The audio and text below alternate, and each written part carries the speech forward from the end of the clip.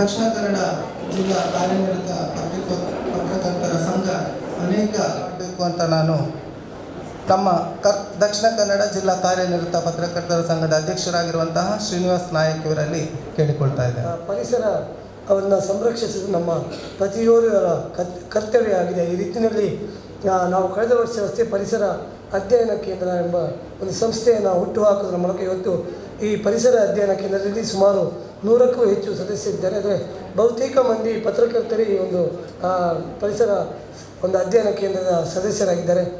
ಕಳೆದ ವರ್ಷವಷ್ಟೇ ಖ್ಯಾತ TV ನಿರೂಪಕಿಯಾಗಿರುವ ವಿಜಯಲಕ್ಷ್ಮಿ ಶಿಬೂರವರು ನಮ್ಮ ಬಂಟ್ವಾಳದಲ್ಲಿರುವ ಒಂದು ಗ್ರೀನ್ ಫಾರ್ಮ್ ಹೌಸ್ಗೆ ಬಂದಾಗ ಅವರು ಹೇಳಿದರು, ಇವತ್ತು ಪತ್ರಕರ್ತರು ಕೇವಲ ವರದಿಗಳನ್ನು ಮಾಡೋದು ಮಾತ್ರ ಅಲ್ಲ, ನೀವು ಇವತ್ತು ಇಷ್ಟೊಂದು ಸುಂದರ ಪರಿಸರದಲ್ಲಿ ಒಂದು ತೋಟ ಇದೆ, ಇಲ್ಲಿ ನೀವು ಬೇರೆ ಬೇರೆ ಪರಿಸರಕ್ಕೆ ಸಂಬಂಧಪಟ್ಟಂಥ ಒಂದು ಕಾರ್ಯಚಟುವಟಿಕೆಗಳನ್ನು ಮಾಡಿದರೆ, ಇಲ್ಲಿ ಮಕ್ಕಳನ್ನು ಕರ್ಕೊಂಡು ಬಂದು ವಿವಿಧ ಕಾರ್ಯಕ್ರಮಗಳನ್ನು ಮಾಡಿದರೆ ಮಕ್ಕಳಿಗೆ ಕೂಡ ಒಂದು ಪರಿಸರದ ನಡುವೆ ಪಾಠವನ್ನು ಹೇಳಿಕೊಟ್ಟಾಗ್ತಾ ಇರ್ತದೆ ಎಂಬ ಮಾತನ್ನು ಹೇಳಿದರು. ಈ ಹಿನ್ನೆಲೆಯಲ್ಲಿ ನಾವು ಅಕ್ಟೋಬರ್ 2, 2018ರಂದು ಈ ಒಂದು ಪರಿಸರ ಅಧ್ಯಯನ ಕೇಂದ್ರವನ್ನು ಬಂಟ್ವಾಳ ತಾಲೂಕಿನ ನೆಲ್ಲಿಗುಡ್ಡೆ ಎಂಬ ಒಂದು ಪರಿಸರದ ಮಧ್ಯೆ ಇರುವ ಒಂದು ಗ್ರೀನ್ವುಡ್ ಫಾರ್ಮಸಿನಲ್ಲಿ ಹುಟ್ಟು ಹಾಕಿದೆವು. ಆ ಬಳಿಕ ನಾವು ಅಲ್ಲಿ ಸಾಕಷ್ಟು ಕಾರ್ಯಕ್ರಮಗಳನ್ನು ಹಮ್ಮಿಕೊಂಡಿದ್ದೀವಿ. ಈಗಾಗಲೇ ಮಂಗಳೂರಿನ ವಿವಿಧ ಇಂಗ್ಲೀಷ್ ಮೀಡಿಯಂ ಶಾಲೆಯ ಮಕ್ಕಳನ್ನು ಈ ಒಂದು ಫಾರ್ಮ್ ಹೌಸಿಗೆ ಕರ್ಕೊಂಡು ಬಂದು ಅಲ್ಲಿ ಯಾವ ರೀತಿಯಲ್ಲಿ ದನ ಹಾಲು ಕೊಡ್ತಾರೆ, ತುಂಬ ಮಕ್ಕಳಿಗೆ ಹಾಲು ಎಲ್ಲಿಂದ ಬರ್ತಿರೋದು ಗೊತ್ತಿರಲಿಲ್ಲ. ಕೆಲವರು ನಂದಿನಿ ಪ್ಲಾಸ್ಟಿಕ್ಕಲ್ಲಿ ಮಾತ್ರ ಹಾಲು ನೋಡಿದರು. ಆದರೆ ಈ ಒಂದು ದನದಿಂದ ದನದ ಹಾಲು ಕರೆಯುವುದನ್ನು ನೋಡಿ ಕೆಲವೊಂದು ಮಕ್ಕಳು ಬಹಳಷ್ಟು ಆಶ್ಚರ್ಯಚಕಿತರಾದರು. ಅವರಿಗೆ ಪರಿಸರ ಇವತ್ತು ಯಾವ ರೀತಿಯಲ್ಲಿ ಅಡಿಕೆ ಮರ ಇರ್ತದೆ, ಅಡಿಕೆ ಮರದಿಂದ ಯಾವ ಅಡಿಕೆ ಕೊಯ್ತಾರೆ, ಒಂದು ಪ್ರಾತ್ಯಕ್ಷಿಕೆಯನ್ನು ಕೂಡ ಮಾಡಿದರು. ಅಲ್ಲೇ ಅವರಿಗೆ ಮಕ್ಕಳಿಗೆ ಪರಿಸರದ ಬಗ್ಗೆ ಒಂದು ಪ್ರಬಂಧ ಸ್ಪರ್ಧೆ, ಭಾಷಣ ಸ್ಪರ್ಧೆ ಕೂಡ ಆಯೋಜಿಸಲಾಗಿದೆ. ಸುಮಾರು 110 ಮಂದಿ ಇಂಗ್ಲೀಷ್ ಮೀಡಿಯಂನ ವಿದ್ಯಾರ್ಥಿಗಳನ್ನು ನಾವು ಕರ್ಕೊಂಡು ಬಂದು ಈ ಒಂದು ಕಾರ್ಯಕ್ರಮಕ್ಕೆ ನಾವು ಆಹ್ವಾನಿಸಿದೆವು. ಮತ್ತು ನಾವು ಈ ಒಂದು ಪರಿಸರ ಅಧ್ಯಯನ ಕೇಂದ್ರ ಮೂಲಕ ನಮ್ಮ ಸಣ್ಣ ಸರ ಗೊತ್ತಿದೆ, ಕಳೆದ ಅಕ್ಟೋಬರ್ ತಿಂಗಳಲ್ಲಿ ಮಂಗಳೂರಿನ ಕೇಂದ್ರ ಮಾರುಕಟ್ಟೆಯಲ್ಲಿ ಸುಮಾರು 1 ತಿಂಗಳುಗಳ ಕಾಲ ನಾವು ವಿವಿಧ ಸಂಘ ಸಂಸ್ಥೆಗಳ ಸಹಯೋಗದೊಂದಿಗೆ ನಾವು ಪ್ಲಾಸ್ಟಿಕ್ ಒಂದು ಜನರಲ್ಲಿ ಜಾಗೃತಿ ಮಾಡಲಿಕ್ಕೆ ನಾವು ಬಟ್ಟೆಯ ಬ್ಯಾಗ್ಗಳನ್ನು, ಸಾರ್ವಜನಿಕರು ಯಾರು ಪ್ಲಾಸ್ಟಿಕ್ ಬ್ಯಾಗ್ಗಳನ್ನು ಉಪಯೋಗಿಸಿಕೊಂಡು ತರಕಾರಿ ಹಣ್ಣು ಹಂಪಗಳನ್ನು ಕೊಂಡೊಯ್ಯುತ್ತಿದ್ದರು, ಅಂಥ ಒಂದು ಜನರನ್ನು ಅವರಿಗೆ ಜಾಗೃತಿ ಮೂಡಿಸುವ ಮೂಲಕ ಅವರ ಕೈಗೆ ಬಟ್ಟೆ ಬ್ಯಾಗನ್ನು ಕೊಟ್ಟು ಕೈಯಲ್ಲಿದ್ದ ಪ್ಲಾಸ್ಟಿಕ್ ಬ್ಯಾಗನ್ನು ತೆಗೆದುಕೊಂಡು ಹಣ್ಣು ಹಂಪಲುಗಳನ್ನು ಬಟ್ಟೆಯ ಬ್ಯಾಗಲ್ಲಿ ಹಾಕಿಕೊಂಡು ಅವರಿಗೆ ನಾವು ಒಂದು ಜಾಗೃತಿ ಮೂಡಿಸುವ ಕೆಲಸವನ್ನು ಮಾಡಿ ಸುಮಾರು 5,000 ಬಟ್ಟೆಯ ಬ್ಯಾಗ್ಗಳನ್ನು ನಾವು ಬೇರೆ ಬೇರೆ ಸಂಘ ಸಂಸ್ಥೆಗಳ ನೆರವಿನೊಂದಿಗೆ ನಾವು ಅಲ್ಲಿ ಹಂಚಿಕೆ ಮಾಡಿ ಸಣ್ಣ ರಾಷ್ಟ್ರೀಯ ಒಂದು ಪರಿಸರ ಸಂರಕ್ಷಣಾ ಒಕ್ಕೂಟ ಅಧ್ಯಕ್ಷರು ಕೂಡ ಒಂದು ದಿವಸ ಬಂದಿದ್ದು ನಾವು ನೋಡಿದ್ದೇವೆ. ಅಲ್ಲಿ ಸಾಕಷ್ಟು ನನಗೆ ವಿರೋಧ ಕೂಡ ವ್ಯಕ್ತ ಆಗ್ತದೆ, ನೀವು ಒಂದೇ ದಿವಸ ಈ ಕಾರ್ಯಕ್ರಮ ಮಾಡಿದರೆ ಒಂದೇ ದಿವಸ ಇದು ಸಾರ್ವಜನಿಕರ ಜವಾಬ್ದಾರಿ. ಆದರೆ ನಾವು ಒಂದು ಸಾರ್ವಜನಿಕರಲ್ಲಿ ಜನಜಾಗೃತಿ ಮೂಡಿಸಲಿಕ್ಕೆ ಈ ರೀತಿಯ ಕಾರ್ಯಕ್ರಮವನ್ನು ಹಮ್ಮಿಕೊಂಡಿದ್ದೇವೆ ಮೊದಲ ಹಂತದಲ್ಲಿ. ಈಗ 2ನೇ ಹಂತದಲ್ಲಿ ಈ ಕಾರ್ಯಕ್ರಮವನ್ನು ನಾವು ಘೋಷಣೆ ಮಾಡಿದ್ದೀವಿ. ಶಾಲಾ ಕಾಲೇಜುಗಳಲ್ಲೂ ಕೂಡ ಇದೇ ರೀತಿಯ ಒಂದು ಕಾರ್ಯಕ್ರಮವನ್ನು ನಾವು ಆಯೋಜನೆ ಮಾಡಬೇಕಂದ್ರೆ ಇವತ್ತು ಮಕ್ಕಳು ಹೋಗಿ ತಮ್ಮ ಪೇರೆಂಟ್ಸ್ಗಳಿಗೆ, ತಂದೆ ತಾಯಿಗಳಿಗೆ ಹೇಳುವ ಒಂದು ತಿಳಿ ಹೇಳುವ ಒಂದು ಪ್ರಯತ್ನವನ್ನು ಮಾಡಬೇಕು. ಯಾಕಂದರೆ ಇವತ್ತು ನಾವು ಪ್ರತಿ ಓರ್ವ ವಿದ್ಯಾರ್ಥಿಗಳಿಗೆ ಬಂದ ವಿದ್ಯಾರ್ಥಿಗಳಿಗೆ ನಾವು ಇವತ್ತು ಬಟ್ಟೆಯ ಬ್ಯಾಗ್ಗಳನ್ನು ಕೊಡ್ತೇವೆ. ಯಾಕೆಂದರೆ ಈ ಬ್ಯಾಗ್ ಮನೆಯಲ್ಲಿ ಎಷ್ಟು ಪ್ಲಾಸ್ಟಿಕ್ ಬ್ಯಾಗ್ ಬಳಕೆ ಆಗ್ತದೆ ಅದನ್ನು ನಿಲ್ಲಿಸಿ ಪ್ರತಿ ಬಾರಿ ನೀವು ಮಾರುಕಟ್ಟೆಗಳಿಗೆ ಹೋಗುವಾಗ ನಿಮ್ಮ ತಂದೆ ತಾಯಿಗಳಿಗೆ ಇದರ ಬಗ್ಗೆ ನೀವು ಜಾಗೃತಿ ಮೂಡಿಸೋ ಕೆಲಸ ಮಕ್ಕಳು ತಮ್ಮ ಹೆತ್ತವರಲ್ಲಿ ಮಾಡಬೇಕು. ಆ ಒಂದು ಉದ್ದೇಶದಿಂದ ನಾವು ಶಾಲೆಗಳಲ್ಲಿ ಈ ಒಂದು ಜಾಗೃತಿ ಕಾರ್ಯಕ್ರಮವನ್ನು ಹಮ್ಮಿಕೊಂಡಿದ್ದೇವೆ. ಇವತ್ತು ನಾವು ಮೊದಲಾಗಿ ಈ ಕಾರ್ಯಕ್ರಮಕ್ಕೆ ಚಾಲನೆಯನ್ನು ಬರ್ತಾ ಇದ್ದೇವೆ. ಜೂನ್ 5 ವಿಶ್ವ ಪರಿಸರ ದಿನಾಚರಣೆ ಇದೆ. ಆ ದಿನ ಒಂದು ಬೃಹತ್ ಕಾರ್ಯಕ್ರಮಗಳನ್ನು ಮಾಡಿ ಮಕ್ಕಳಿಗೆ ಈ ಬಗ್ಗೆ ಒಂದು ಜಾಗೃತಿ ಮೂಡಿಸಿ ಪ್ರಬಂಧ ಸ್ಪರ್ಧೆ, ಭಾಷಣ ಸ್ಪರ್ಧೆ ಮಾಡಿ ಜಿಲ್ಲಾ ಮಟ್ಟದಲ್ಲಿ ಒಂದು ಬೃಹತ್ ಕಾರ್ಯಕ್ರಮವನ್ನು ಕೂಡ ನಾವು ಒಂದು ಮಾಡಲಿಕ್ಕಿದ್ದೇವೆ. ಪ್ಲಾಸ್ಟಿಕ್ ವಿರುದ್ಧ ಇವತ್ತು ನಾವು ಮೊನ್ನೆ ಧರ್ಮಸ್ಥಳಕ್ಕೆ ಹೋಗಿರುವಾಗ ವೀರೇಂದ್ರ ಹೆಗ್ಡೆ ಅವರು ಮತ್ತು ಹೇಮಾವತಿ ಹೆಗ್ಡೆ ಅವರು ಇಬ್ಬರು ಹೇಳಿದರು, ನೀವು ಪತ್ರಕರ್ತರು ಈ ಬಗ್ಗೆ ಜಾಗೃತಿ ಮಾಡಿದರೆ ಸ್ವಲ್ಪ ಹೆಚ್ಚಿನ ಪ್ರಭಾವ ಒಂದು ಸಾಧ್ಯ ಇದನ್ನು. ಯಾಕೆಂದರೆ ಇವತ್ತು ಧರ್ಮಸ್ಥಳ ಅಂತಹ ಪುಣ್ಯಕ್ಷೇತ್ರಗಳಲ್ಲಿ, ಸುಬ್ರಹ್ಮಣ್ಯದಂತಹ ಪುಣ್ಯಕ್ಷೇತ್ರಗಳಲ್ಲಿ ನಮಗೆ ದೊಡ್ಡ ಮುಂದಿನ ಸವಾಲು ಅಂತ ಹೇಳಿದರೆ ಇವತ್ತು ಬಂದ ಯಾತ್ರಾರ್ಥಿಗಳು ಪ್ಲಾಸ್ಟಿಕ್ಗಳನ್ನ ಅಲ್ಲಿ ಬೀಸಲು ಹೋಗ್ತಾ ಇದ್ದಾರೆ. ಅವರಂತೆ ನಾವು ಎಷ್ಟು ಸ್ವಚ್ಛತೆ ಮಾಡಿದರೂ ಕೂಡ ಸ್ವಚ್ಛ ಮಾಡಲಿಕ್ಕೆ ಜನ ಇದೆ ಅಂತೇಳಿ ಅವರು ಬಿಸಾಡಿ ಹೋಗ್ತಾರೆ.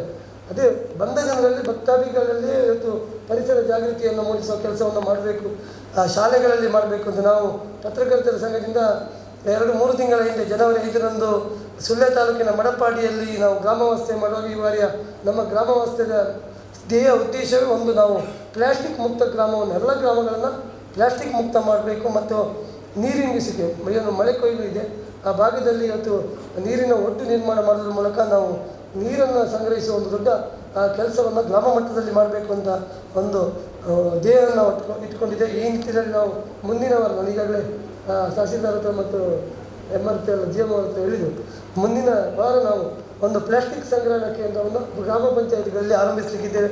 ಆರಂಭಿಕವಾಗಿ ಮಡಪಾಡಿ ಗ್ರಾಮದಲ್ಲಿ ಒಂದು ಪ್ಲಾಸ್ಟಿಕ್ ಸಂಗ್ರಹಣಾ ಕೇಂದ್ರ.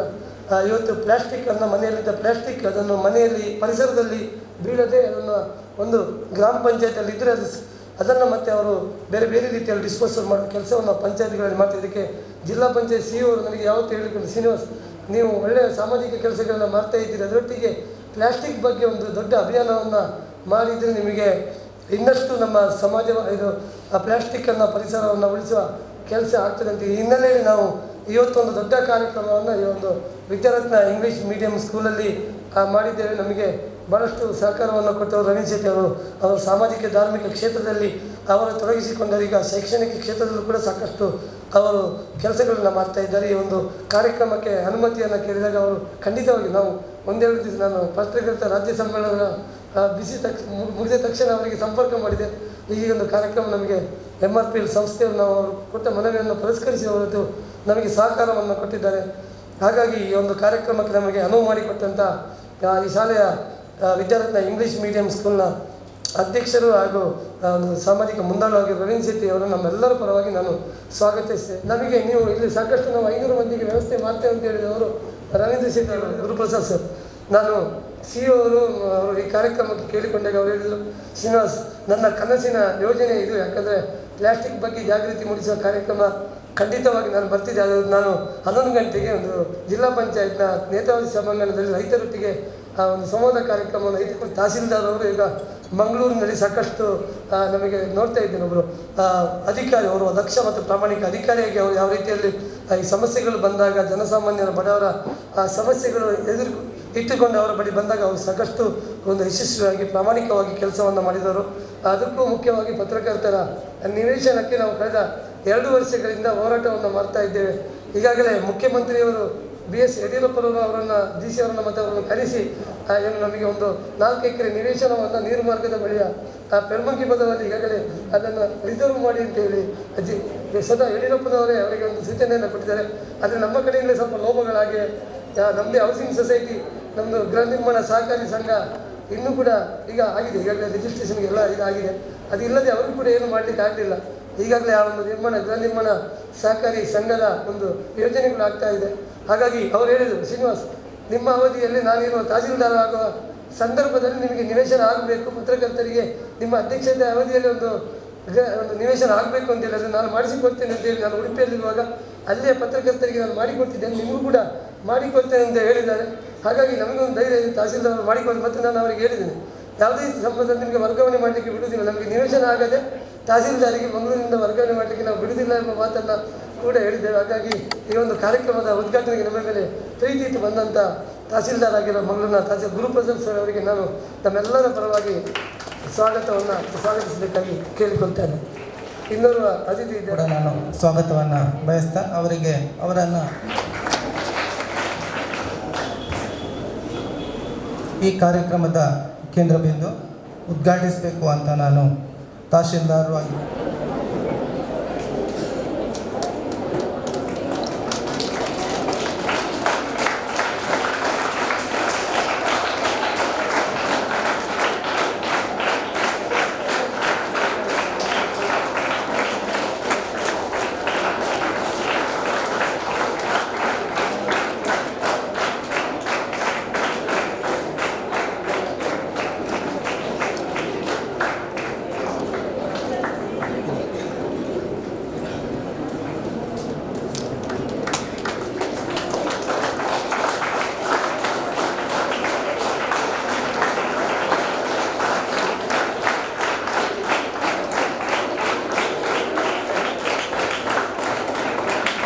ಸೂಕ್ತವಾದಂಥ ಸರ್ಕಾರಿ ಸ್ಥಳವನ್ನು ನೀವು ಲೀಸಿಗೆ ಪಡ್ಕೊಂಡು ನಮ್ಮ ಗ್ರಾಮೀಣ ವಿದ್ಯಾರ್ಥಿಗಳಿಗೆ ಅನುಕೂಲವಾದ ರೀತಿಯಲ್ಲಿ ಉತ್ತಮ ಶಿಕ್ಷಣ ಸಂಸ್ಥೆಯನ್ನು ನೀವು ಕಟ್ಟಬೇಕು ಅನ್ನತಕ್ಕಂಥ ಒಂದು ಸಲಹೆಯನ್ನು ಕೂಡ ನಾನು ಕೊಟ್ಟಿದ್ದೀನಿ.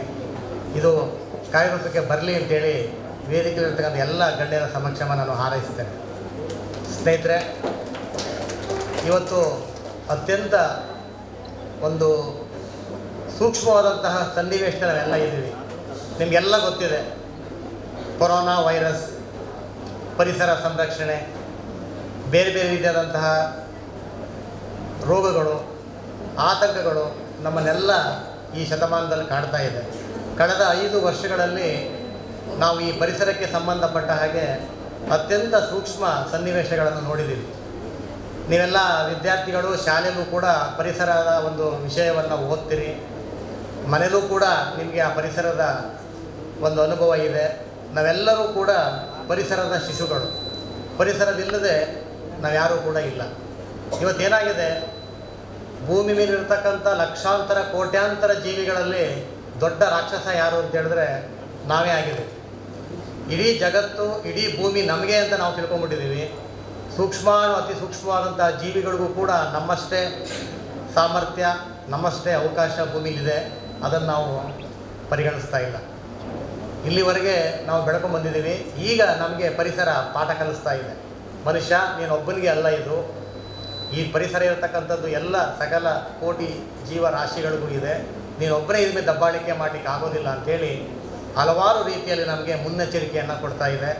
ಅದರ ಪರಿಣಾಮವಾಗಿ ಹಲವಾರು ದುರಂತಗಳನ್ನು, ಪರಿಸರಕ್ಕೆ ಸಂಬಂಧಪಟ್ಟಂಥ ಆತಂಕಗಳನ್ನು ನಾವೆಲ್ಲ ಅನುಭವಿಸ್ತಾ ಇದ್ದೀವಿ. ನೀವು ಸಣ್ಣ ಮಕ್ಕಳು, ನಿಮಗೂ ಕೂಡ ಅದರ ಬಿಸಿ ಮುಟ್ಟಿದೆ. ತಮಗೂ ಕೂಡ ಅರ್ಥ ಆಗ್ತದೆ. ಮನೆಯಲ್ಲಿ ನೋಡ್ತಿದ್ದೀರಿ, ನಿಮ್ಮ ಶಾಲೆಯಲ್ಲಿ ನೋಡ್ತೀರಿ, ಪರಿಸರದಲ್ಲಿ ನೋಡ್ತೀರಿ, ಮತ್ತು ಮಾಧ್ಯಮಗಳಲ್ಲಿ ನೋಡ್ತೀರಿ. ಇವತ್ತು ಇವರಿಗೆ ವೈರಸ್ ಬಂತು, ಇವರು ಆತಂಕ ಪಟ್ಟಿದ್ದಾರೆ, ಏರ್ಪೋರ್ಟಲ್ಲಿ ಚೆಕ್ ಮಾಡ್ತಾ ಇದ್ದಾರಂತೆ. ಈ ರೀತಿಯಾದಂಥ ಒಂದು ಪ್ಯಾನಿಕ್, ಅಂದರೆ ಆತಂಕಕ್ಕೆ ಒಳಪಡತಕ್ಕಂಥ ಒಂದು ಪರಿಸ್ಥಿತಿ ನಮ್ಮಲ್ಲಿ ಉಂಟಾಗಿದೆ. ಆದರೆ ಎಲ್ಲದಕ್ಕೂ ಕೂಡ ಮುನ್ನೆಚ್ಚರಿಕೆ ಇದೆ. ಮುನ್ನೆಚ್ಚರಿಕೆಯ ಜೊತೆಗೆ ನಾವೆಲ್ಲರೂ ಕೂಡ ಒಂದು ಸಹಭಾಗಿತ್ವದಲ್ಲಿ ಪ್ಲಾಸ್ಟಿಕ್ಕನ್ನು ಕಡಿಮೆ ಮಾಡತಕ್ಕಂಥ ಒಂದು ದೊಡ್ಡ ಜವಾಬ್ದಾರಿಯನ್ನು ನಾವು ಅನುಷ್ಠಾನ ಮಾಡಬೇಕಾಗಿದೆ.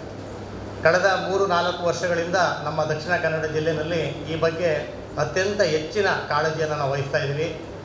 ಧರ್ಮಸ್ಥಳದ ಕಾವಂದರಾದಂಥ ಶ್ರೀ ವೀರೇಂದ್ರ ಹೆಗ್ಗಡೆಯವರ ನೇತೃತ್ವದಲ್ಲಿ, ಹಲವಾರು ಸಂಘ ಸಂಸ್ಥೆಗಳ ನೇತೃತ್ವದಲ್ಲಿ, ಸ್ವಯಂ ಸೇವಾ ಸಂಘದ ನೇತೃತ್ವದಲ್ಲಿ, ಸರ್ಕಾರದ ಸಹಯೋಗದೊಂದಿಗೆ, ಎಲ್ಲ ವಿದ್ಯಾರ್ಥಿಗಳ ಸಹಯೋಗದೊಂದಿಗೆ ಈ ಪ್ಲಾಸ್ಟಿಕ್ಕನ್ನು ಕಡಿಮೆ ಮಾಡತಕ್ಕಂಥದ್ದು, ಪ್ಲಾಸ್ಟಿಕ್ ಮುಕ್ತ ಅಂತ ನಾವು ಹೇಳ್ತಾ ಇದ್ದೀವಿ. ಅದೊಂದು ಆದರ್ಶವಾದಂಥ ಪರಿಸ್ಥಿತಿ. ಪ್ಲಾಸ್ಟಿಕ್ಕನ್ನು ಆದಷ್ಟು ಕಡಿಮೆ ಮಾಡತಕ್ಕಂಥ ಒಂದು ಅಭಿಯಾನವನ್ನು ನಾವು ಮಾಡ್ತಾಯಿದ್ದೀವಿ. ಅದು ಕೇವಲ ಉದ್ಘಾಟನೆಗೆ ಸೀಮಿತವಾಗದೆ ನಮ್ಮ ದೈನಂದಿನ ಜೀವನಕ್ಕೆ ಅದು ಅಳವಡಿಸಬೇಕು ಅನ್ನತಕ್ಕಂಥದ್ದು ನಮ್ಮ ಇವತ್ತಿನ ಅತ್ಯಂತ ಅರ್ಜೆಂಟಾಗಿ ಆಗಬೇಕಿರತಕ್ಕಂಥ ಕೆಲಸ. ಶ್ರೀನಿವಾಸ್ ನಾಯಕ್ ಅವರು ಪತ್ರಕರ್ತರ ಸಂಘದ ಅಧ್ಯಕ್ಷರಾದ ಮೇಲೆ ಸುಮಾರು ಚಟುವಟಿಕೆಯನ್ನು ಮಾಡ್ತಾಯಿದ್ದಾರೆ. ಅದರಲ್ಲಿ ಮುಖ್ಯವಾಗಿ ಪರಿಸರಕ್ಕೆ ಸಂಬಂಧಪಟ್ಟಂಥ ಅವರ ಆಸಕ್ತಿಯ ಕ್ಷೇತ್ರವನ್ನು ನಾನು ತುಂಬ ಅಭಿನಂದಿಸ್ತೇನೆ. ಅವ್ರಿಗದೊಂದು ಪ್ಯಾಷನ್ ಟೈಪ್ ಆಗಿದೆ. ಯಾವುದೇ ಸಮಾವೇಶ ಇರಲಿ, ಒಟ್ಟು ಮಾಡುವಂಥದ್ದು, ಒಂದು ಸಂಘಟನೆಯನ್ನು ಮಾಡತಕ್ಕಂಥದ್ದು, ಅದರ ಮೂಲಕ ಒಂದು ಕಾರ್ಯಕ್ರಮವನ್ನು ಅನುಷ್ಠಾನ ಮಾಡತಕ್ಕಂಥದ್ದು. ಸಂಘಟನೆ ಮಾಡೋದು ಸುಲಭ, ಆದರೆ ಅನುಷ್ಠಾನ ಮಾಡೋದು ಭಾಳ ಕಷ್ಟ. ಅನುಷ್ಠಾನ ಮಾಡಲಿಕ್ಕೆ ಹೋದಾಗ ನೂರಾರು ಟೀಕೆ ಟಿಪ್ಪಣಿಗಳು, ಇವ್ರ ಕೈಯಲ್ಲಿ ಆಗ್ತದ, ಇದು ಸಾಧ್ಯನಾ ಅನ್ನತಕ್ಕಂಥ ಒಂದು ಟೀಕೆಗಳನ್ನು ಕೇಳಬೇಕಾಗ್ತದೆ. ಅದರಲ್ಲೂ ಮುಖ್ಯವಾಗಿ ಪತ್ರಕರ್ತರು ಅಂತ ಹೇಳಿದ್ರೆ ಅವರು ಟೀಕೆಯನ್ನು ಹುಡುಕೋರೇ ಆಗಿರ್ತಾರೆ. ಯಾವಾಗಲೂ ಎಲ್ಲಿ ತಪ್ಪಾಗ್ತದೆ ಅಂತ ನೋಡ್ತಾ ಇರ್ತಾರೆ. ಒಂದು ಸುಂದರವಾದ ಕಾರ್ಯಕ್ರಮದಲ್ಲಿ ಸಣ್ಣದಿದ್ದರೆ ಅದೇ ಹೈಲೈಟ್ ಆಗೋಗ್ಬಿಡ್ತಿರುತ್ತೆ. ಸೊ ಹಾಗಾಗಿ ಅವರೇ ಒಂದು ನೇತೃತ್ವ ವಹಿಸ್ಕೊಂಡಾಗ ಏನಾಗುತ್ತೆ, ಎಲ್ಲರ ಕಣ್ಣು ಅವ್ರ ಮೇಲೆ ಇರ್ತದೆ. ಅವ್ರ ಅಧ್ಯಕ್ಷ ಆದಮೇಲೆ ಒಂದು 3 ಒಳ್ಳೆ ಕಾರ್ಯಕ್ರಮಗಳನ್ನು ಮಾಡಿದ್ರು. ನಾನು ನಿಮಗೊಂದು ಮಾಹಿತಿಗೋಸ್ಕರ ಹೇಳ್ತೇನೆ. ನಮ್ಮ ದಕ್ಷಿಣ ಕನ್ನಡ ಜಿಲ್ಲೆಯ ಸುಳ್ಯ ತಾಲೂಕು ಅತ್ಯಂತ ಹಿಂದುಳಿದ ತಾಲೂಕು. ಸುಳ್ಯ ಅಂತ ಯಾಕೆ ಕರೀತಾರೆ ಅಂತ ಹೇಳಿದ್ರೆ, ತಮಾಷೆಗೆ ಹೇಳ್ತಾರೆ, ಯಾರೂ ಸುಳಿಯುವುದಿಲ್ಲ ಅಲ್ಲಿಗೆ, ಅದಕ್ಕೆ ಅದು ಸುಳ್ಯ ಅಂತ. ಅಲ್ಲಿ ಮಡಪ್ಪಾಡಿರ್ತಕ್ಕಂಥ ಒಂದು ಸಣ್ಣ ಒಂದು ಕುಗ್ರಾಮವನ್ನು ಅವ್ರು ಆಯ್ಕೆ ಮಾಡ್ಕೋತಾರೆ. ಅಲ್ಲಿ ಒಂದು ದಿನ ಜಿಲ್ಲಾಧಿಕಾರಿಯಿಂದ ಹಿಡಿದು ಎಲ್ಲ ಅಧಿಕಾರಿಗಳು ಕೂಡ ಒಂದಿನ ಗ್ರಾಮ ವಾಸ್ತವ್ಯವನ್ನು ಮಾಡತಕ್ಕಂಥ ವ್ಯವಸ್ಥೆಯನ್ನು ಮಾಡ್ತಾರೆ. ಇಡೀ ಪತ್ರಕರ್ತರ ಕರ್ಕೊಂಡೋಗಿ ಗ್ರಾಮದಲ್ಲಿ ವಾಸ ಮಾಡಿಸ್ತಾರೆ. ಗ್ರಾಮದಲ್ಲಿ ವಾಸ ಮಾಡಿದಾಗ ಏನು ಗೊತ್ತಾಗುತ್ತೆ ನಮಗೆ, ಗ್ರಾಮದ ಪರಿಸರ ಗೊತ್ತಾಗುತ್ತೆ. ಬೆಳಗ್ಗೆ ಎದ್ದಾಗ ಏನೆಲ್ಲ ವ್ಯವಸ್ಥೆಗಳಿದೆ ಅಂತ ಗೊತ್ತಾಗ್ತದೆ. ಅಲ್ಲಿ ಜನಗಳು ಯಾವ ಥರ ಜೀವನ ಮಾಡ್ತಾರೆ ಅಂತ ಗೊತ್ತಾಗ್ತದೆ. ಮತ್ತು ಅವರ ಚಟುವಟಿಕೆಗಳೇನು ಗೊತ್ತಾಗ್ತದೆ, ಹೇಗೆ ಜೀವನ ಮಾಡ್ತಾ ಇದ್ದಾರೆ ಗೊತ್ತಾಗ್ತದೆ, ಎಷ್ಟು ಜನ ಇದ್ದಾರೆ ಅಂತ ಗೊತ್ತಾಗ್ತದೆ. ಗ್ರಾಮ ವಾಸ್ತವ್ಯದಲ್ಲಿ ಕೇವಲ ನಾವು ಆರಾಮ್ಸೆ ಹೋಗಿ ಒಂದು ಹಾಸ್ಟೆಲಲ್ಲೋ ದೊಡ್ಡ ಹಾಲಲ್ಲೋ ಮಲಗೋದಲ್ಲ. ಈ ಒಂದು ಅನುಭವವನ್ನು ಅವರೆಲ್ಲ ಪತ್ರಕರ್ತರಿಗೆ ಕೊಡ್ತಾರೆ. ಸೊ ಪತ್ರಕರ್ತರಲ್ಲೂ ಕೂಡ ಒಂದು ಬದಲಾವಣೆಯ ಒಂದು ವಾತಾವರಣ ಸೃಷ್ಟಿಯಾಗುತ್ತೆ. ಸ್ನೇಹಿತರೆ, ನಾನು ಯಾಕೆ ವಿಷಯ ಹೇಳ್ತೀನಿ ಅಂತ ಹೇಳಿದ್ರೆ, ನಾವೆಲ್ಲರೂ ಕೂಡ ಪುಸ್ತಕದಲ್ಲಿ ಭಾಳ ಅತ್ಯಂತ ಭವ್ಯವಾಗಿರೋದನ್ನು ಓದ್ತೀವಿ, ಪ್ರಶ್ನೆಗಳು ಬರ್ತದೆ, ಉತ್ತರ ಕೊಡ್ತೀವಿ, 100ಕ್ಕೆ 100 ಅಂಕಗಳನ್ನ ಪಡ್ಕೋತೀವಿ, ಮುಂದಿನ ವಿದ್ಯಾಭ್ಯಾಸಕ್ಕೆ ಹೋಗ್ತಾ ಇರ್ತೀವಿ. ಆದರೆ ಜೀವನವನ್ನು ಕಲಿಸತಕ್ಕಂಥದ್ದು ಯಾವುದು ಅಂತ ಹೇಳಿದ್ರೆ ನಮ್ಮ ಕುಟುಂಬದಲ್ಲಿ ನಾವು ಕಲಿಯತಕ್ಕಂಥ ಅನುಭವಗಳು. ನಾವು ಕುಟುಂಬದಲ್ಲಿ ನಾವು ಏನನ್ನು ರೂಢಿಸ್ಕೋತೀವೋ ಅದೇ ನಮ್ಮನ್ನು ಕಾಪಾಡ್ತದೆ ಹೊರತು ಬೇರೆ ನಮ್ಮ ಅಂಕಗಳು ನಮ್ಮನ್ನು ಜೀವನದಲ್ಲಿ ಮೇಲೆತ್ತೋದಿಲ್ಲ. ಅಂಕಗಳು ಬೇಕು ನಮಗೆ, ಅಂಕಗಳು ಶೇಕಡಾವಾರುಗಳು ಬೇಕು. ಜೀವನವನ್ನು ಗಟ್ಟಿಗೊಳಿಸೋದು ಯಾವುದು ಅಂದರೆ ನಮ್ಮ ಕುಟುಂಬದಿಂದ ಬಂದಂಥ ಅನುಭವಗಳು.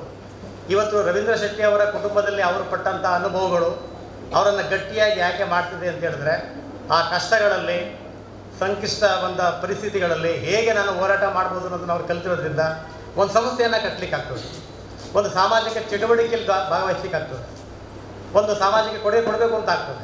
ಆ ಶಕ್ತಿ ಬರೋದು ಯಾವಾಗ ಅಂತ ಹೇಳಿದ್ರೆ ನಮ್ಮ ಕೌಟುಂಬಿಕ ಹಿನ್ನೆಲೆಯಲ್ಲಿ ಪಡೆದಂಥ ಅನುಭವದಲ್ಲಿ, ನಮ್ಮ ತಂದೆ ತಾಯಿಗಳು ಪಡತಕ್ಕಂಥ ಕಷ್ಟಗಳಲ್ಲಿ, ನಾವು ತಂದೆ ತಾಯಿಗಳ ಕಷ್ಟಗಳಲ್ಲಿ ನಾವು ಭಾಗಿಯಾದಾಗ ನಮಗೆ ಅದರ ನೋವು, ನಲಿವು, ಅನುಭವ ನಮ್ಗೆ ಆಗ್ತದೆ. ಅನುಭವ ಅಂದರೆ ಅದೇ, ನಾವು ಸಣ್ಣವರಾಗಿದ್ದಾಗ ಒಂದು ಸಣ್ಣ ಬೆಲ್ಲದ ತುಂಡು ಬಿದ್ದರೆ ತಕ್ಷಣ ಸುಮಾರು ಇರುವೆಗಳು ಬಂದುಬಿಡ್ತಿತ್ತು, ಒಂದು ಸೆಕೆಂಡ್ ಒಳಗಡೆ ಬರ್ತಿತ್ತು. ಇವತ್ತು ಸ್ವಲ್ಪ ಸಕ್ಕರೆ ಹಾಕಿ ನೀವು ನೋಡಿ, ಮನೆಯಲ್ಲಿ ಇರುವೆ ಬರಬೇಕು ಸುಮಾರು ಸಮಯ ಬೇಕು. ಇರುವೆ ಬರದೇ ಇದ್ರೆ ನಮ್ಮ ಸಂತೋಷ, ನಮ್ಮ ಮನೆ ಕ್ಲೀನ್ ಇದೆ ಅಂತ. ನಾವು ಸಣ್ಣವರಾಗಿದ್ದಾಗ ಇರುವೆಗಳು, ಜಿರ್ಲೆ, ಹಲ್ಲಿ ಇವೆಲ್ಲ ಸಾಧಾರಣ ಎಲ್ಲ ಕಡೆ ಓಡಾಡ್ತಾ ಇತ್ತು. ಈಗಿನ ಪರಿಸ್ಥಿತಿ ಹೇಗಿದೆ ಅಂತೇಳಿ ಇರುವೆಗಳು ಬರೋದು ಕೂಡ ಅದು ಪರಿಸರಕ್ಕೆ ಒಳ್ಳೆಯದಾಗ ಕೆಟ್ಟದ ಆ ವಿಮರ್ಶೆ. ಆಮೇಲೆ ನನ್ನ ಅನುಭವದ ಬಗ್ಗೆ ನಿಮ್ಗೆ ಹೇಳುತ್ತೆ. ಹಸಿವು, ಈ ಹಸಿವು ಬಗ್ಗೆ ನನಗೆ ಮತ್ತು ರವೀಂದ್ರ ಶೆಟ್ಟಿ ಅವರಿಗೆ ಚೆನ್ನಾಗಿ ಗೊತ್ತಿದೆ. ನಿಮಗೆ ಹಸಿವಿನ ಬಗ್ಗೆ ಗೊತ್ತಿದೆ ಅನ್ನೋದು ಗೊತ್ತಿಲ್ಲ.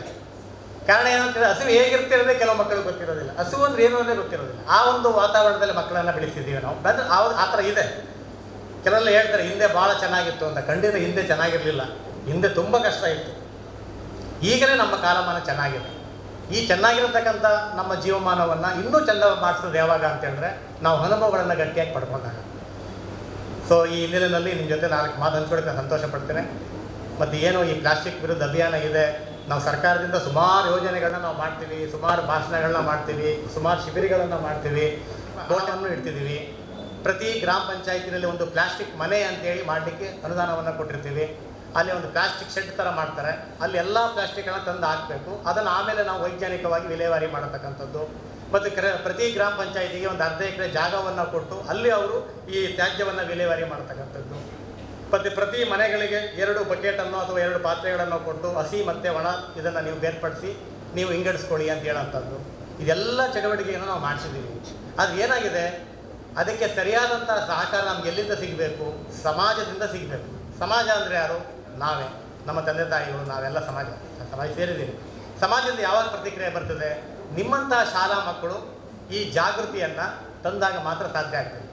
ಮನೆಯಲ್ಲಿ ಈ ಥರ ಒಂದು ವಿಲೇವಾರಿ ಮಾಡತಕ್ಕಂಥದ್ದು, ಪ್ಲಾಸ್ಟಿಕ್ಕನ್ನು ಕಡಿಮೆ ಮಾಡತಕ್ಕಂಥದ್ದು ಸಣ್ಣ ಪ್ರಮಾಣದಲ್ಲಿ ನೀವು ಆರಂಭ ಮಾಡಿದ್ರೆ ಅದೇ ನಮ್ಮ ಪರಿಸರಕ್ಕೆ ಅತ್ಯಂತ ದೊಡ್ಡ ಕೊಡುಗೆ ಅಂತ ನಾನು ತಿಳ್ಕೊತೀನಿ.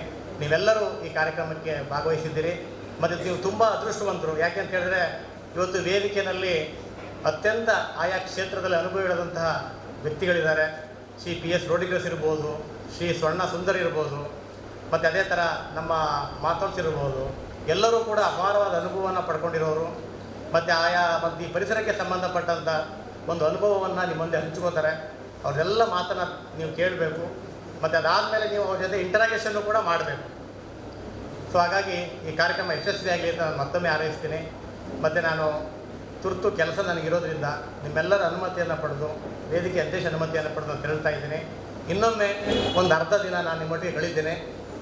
ಬೇರೆ ಒಂದು ಕಾರ್ಯಕ್ರಮವನ್ನು ಮಾಡತಕ್ಕಂಥದ್ರ ಮೂಲಕ ನಮ್ಮ ಈ ಕಾಂಪಿಟೇಟಿವ್ ಎಕ್ಸಾಮ್ ಬಗ್ಗೆ ಮತ್ತು ಸ್ವಲ್ಪ ನಮ್ಮ ಕನ್ನಡ ಮತ್ತು ಇಂಗ್ಲೀಷ್ ಭಾಷೆ ಬಗ್ಗೆ ಮತ್ತು ಪರಿಸರದ ಬಗ್ಗೆ ಒಂದು ಹಾಫ್ ಡೇ ಒಂದು ಕಾರ್ಯಕ್ರಮವನ್ನು ನಾವು ಮಾಡೋಣ.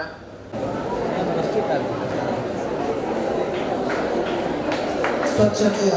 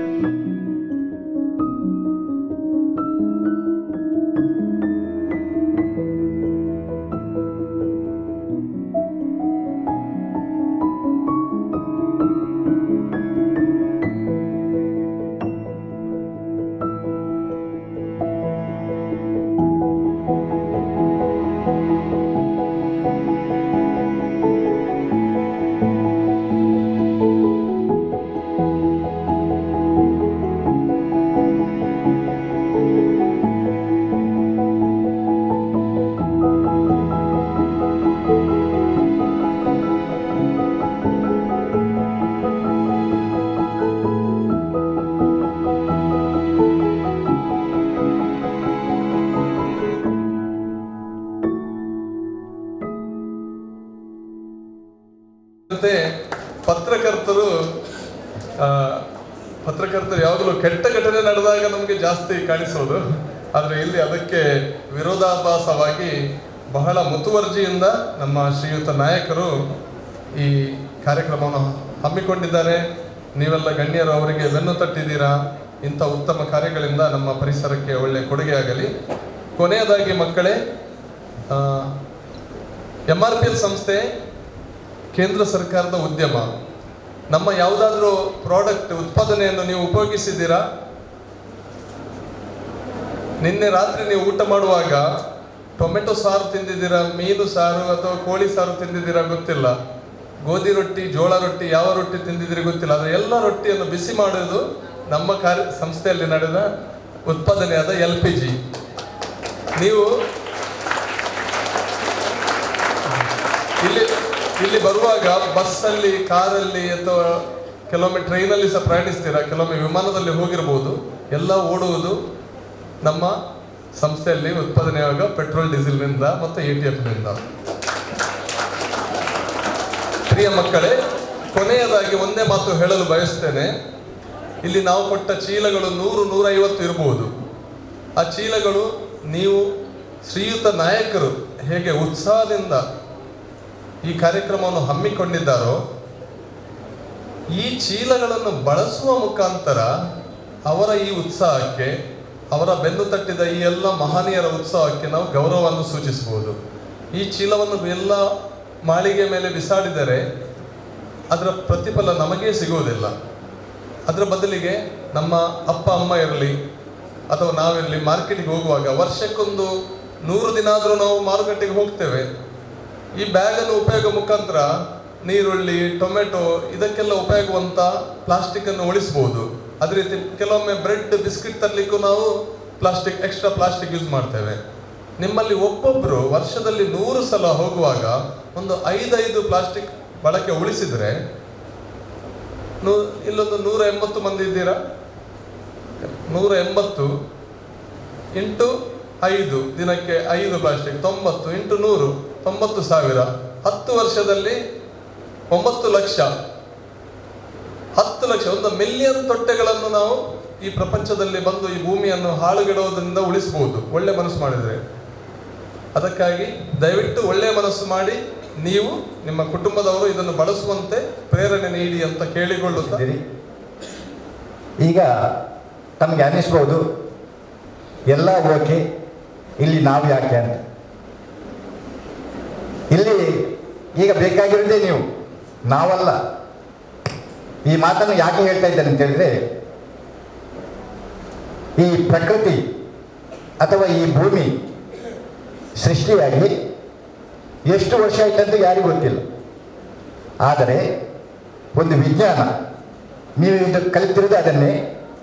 ಈ ಭೂಮಿ ಹೇಗೆ ಆಯಿತು, ಮರಗಿಡಗಳು ಹೇಗಾಯಿತು, ಇಲ್ಲಿ ನೀರು ಹೇಗೆ ಆಯಿತು, ಗಾಳಿ ಹೇಗೆ ಬಂತು, ಇದನ್ನೇ ನಾವು ಪ್ರಕೃತಿ ಅಂತ ಕರೀತೇವೆ. ಇದೆಲ್ಲ ನ್ಯಾಚುರಲ್. ಇದರಲ್ಲಿ ಯಾವುದು ಕೂಡ ಸೂಪರ್ ನ್ಯಾಚುರಲ್ ಅಂತಿಲ್ಲ. ಈ ನ್ಯಾಚುರಲನ್ನು ಕೆಲವೊಂದು ವ್ಯಕ್ತಿಗಳು ಸೂಪರ್ ನ್ಯಾಚುರಲ್ ಆಗಿ ಬಳಸಲಿಕ್ಕೆ ಬೇರೆ ಬೇರೆ ಸರ್ಕಸ್ಗಳನ್ನು ಮಾಡ್ತಾ ಇದ್ದಾರೆ. ಮುಖ್ಯವಾಗಿ ನಾವು ಹುಟ್ಟಿದ್ದು ಹೇಗೆ ಎಂಬುದು ಯಾರಿಗೂ ಗೊತ್ತಿಲ್ಲ. ಬೀಜ ಮೊದಲು ಮರ ಮೊದಲು ಎಂಬ ಒಂದು ಪ್ರಶ್ನೆ ಇವತ್ತಿನವರೆಗೂ ನಮ್ಮನ್ನು ಕಾಡ್ತಾ ಇದೆ. ವಿಜ್ಞಾನ ಏನು ಹೇಳ್ತದೆ ಅಂತ ಹೇಳಿದ್ರೆ, ಈ ಭೂಮಿ ಅಥವಾ ಇದೊಂದು ದೊಡ್ಡ ಬ್ರಹ್ಮಾಂಡ ಇತ್ತು. ಯಾವುದೋ ಒಂದು ಘರ್ಷಣೆಯಿಂದ ಇದು ಸ್ಪಾಟ್ ಆಗಿ ಬೇರೆ ಬೇರೆ ಛಿದ್ರವಾಗಿ ಬೇರೆ ಬೇರೆ ಗ್ರಹಗಳಾಗಿ ಬೇರೆ ಕಡೆಯಲ್ಲಿ ಚೆಲ್ಲಾಪಿಲ್ಲಿಯಾಗಿ ಅದರಲ್ಲಿ ಒಂದು ಭೂಮಿಯಾಗಿ ಕೂಡ ನಿರ್ಮಾಣವಾಯಿತು ಅಂತ ಹೇಳ್ತಾರೆ. ಕಾಲಕ್ರಮೇಣ ವರ್ಷ ಹೋದಂತೆ ಕೆಲವೊಂದು ರಾಸಾಯನಿಕ ಕ್ರಿಯೆಗಳು ತನ್ನ ಕ್ರಿಯೆಯನ್ನು ಪ್ರಾರಂಭ ಮಾಡಿ ಮಾಡಿ ಮಾಡಿ ಯಾವುದೋ ಒಂದು ಕ್ರಿಮಿಕೀಟಗಳ ಮುಖಾಂತರ ಈ ಭೂಮಿಯಲ್ಲಿ ಜೀವಿಗಳ ಉತ್ಪತ್ತಿಯಾಯಿತು, ಜೀವಿಗಳ ಉಗಮವಾಯಿತು ಅಂತ ವಿಜ್ಞಾನ ಹೇಳ್ತಾ ಇದೆ. ವಿದ್ಯಾರ್ಥಿಗಳಾಗಿ ನೀವು ಕಲಿಬೇಕಾಗಿರೋದು ಏನಂತ ಹೇಳಿದ್ರೆ, ನಾವು ಈ ಭೂಮಿಗೆ ಬಂದಿದ್ದೇವೆ, ಭೂಮಿ ನಮಗೆ ಅಥವಾ ಈ ಪ್ರಕೃತಿ ನಮಗೆ ಎಲ್ಲವನ್ನೂ ಕೊಟ್ಟಿದೆ, ನಾವು ಈ ಪ್ರಕೃತಿಗೆ ಏನು ಕೊಟ್ಟಿದ್ದೇವೆ ಎಂಬ ಒಂದು ಪ್ರಶ್ನೆ. ಇವತ್ತು ಪ್ರಕೃತಿ ಬೇಕಾದಷ್ಟು ನಮ್ಗೆ ಕೊಟ್ಟರು ಕೂಡ ಇದೇ ಪ್ರಕೃತಿಯನ್ನು ನಾವು ಹಾಳು ಮಾಡ್ತಾ ಇದ್ದೇವೆ. ಪ್ರತಿಯೊಬ್ಬ ವ್ಯಕ್ತಿ ಕೂಡ ತನ್ನ ಸ್ವಾರ್ಥಕ್ಕಾಗಿ ಬೇರೆ ಬೇರೆ ರೀತಿಯಿಂದ, ಅದು ಹಣ ಗಳಿಸಲಿಕ್ಕಿರ್ಬೋದು ಅಥವಾ ಇನ್ನೊಂದು ವಿಷಯದಲ್ಲಿರ್ಬೋದು, ನಾವು ಪ್ರಕೃತಿಯನ್ನು ಹಾಳು ಮಾಡ್ತಾ ಇದ್ದೇವೆ. ಇವತ್ತು ಇಲ್ಲಿ ತೆಗೆದುಕೊಂಡಂಥ ವಿಷಯ ಪ್ಲಾಸ್ಟಿಕ್. ನೀವೀಗ ಕೂತಿರೋದು ಕೂಡ ಪ್ಲಾಸ್ಟಿಕ್ನಲ್ಲಿ. ಹಾಗಾದರೆ ಪ್ಲಾಸ್ಟಿಕ್ ನಿಷೇಧ ಅಂದರೆ ಏನು? ಇದನ್ನು ನಾವು ಅರ್ಥ ಮಾಡಿಕೊಳ್ಬೇಕಾಗ್ತದೆ. ಈ ಭೂಮಿಯಲ್ಲಿ ಈ ಪ್ಲಾಸ್ಟಿಕ್ ಬಂದದ್ದು ಯಾವಾಗ, ಯಾಕಾಗಿ ಬಂತು, ಇದರ ಅನ್ವೇಷಣೆ ಹೇಗಾಯಿತು ಕೂಡ ನೀವು ತಿಳ್ಕೊಳ್ಬೇಕಾಗಿದೆ. 1950 ಈ ಪ್ಲಾಸ್ಟಿಕ್ ನಮ್ಮ ಒಂದು ಭೂಮಿಗೆ ಪ್ರಥಮವಾಗಿ ಬಂದಂಥ ಒಂದು ವಸ್ತು ಅಂತ ಹೇಳ್ಬೋದು. ಇಲ್ಲಿ ಇವತ್ತು ನಾವು ತೆಗೆದುಕೊಂಡಂಥ ವಿಷಯ ಈ ಪ್ಲಾಸ್ಟಿಕ್ ಬ್ಯಾಗ್ಗಳು. ಈ ಪ್ಲಾಸ್ಟಿಕ್ ಬ್ಯಾಗ್ 1959ರಲ್ಲಿ ಇಲ್ಲಿ ಪ್ರಥಮವಾಗಿ ತುಫ್ಲೀನ್ ಒಬ್ಬ ಇಂಜಿನಿಯರ್ ಇದರ ಮೊದಲಿಗೆ ಇದನ್ನು ಮಾರುಕಟ್ಟೆಗೆ ತಂದ. ಇದರ ಅನ್ವೇಷಣೆ ಆಯಿತು, ಇದರ ಇನ್ವೆನ್ಷನ್ ಆಯಿತು. ಈ ಆವಿಷ್ಕಾರಗಳು ಬೆಳೆದಂತೆ ಅವ ಇದನ್ನು ಪ್ರಾರಂಭ ಮಾಡಿದ, ಜನತೆಗೆ ಇದು ತಲುಪಿತು.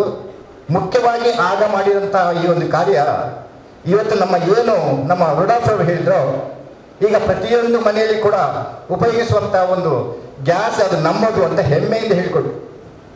ಈ ಪ್ಲಾಸ್ಟಿಕ್ ಕೂಡ ಇದು ಪೆಟ್ರೋಲಿಯಂ ಪ್ರಾಡಕ್ಟ್.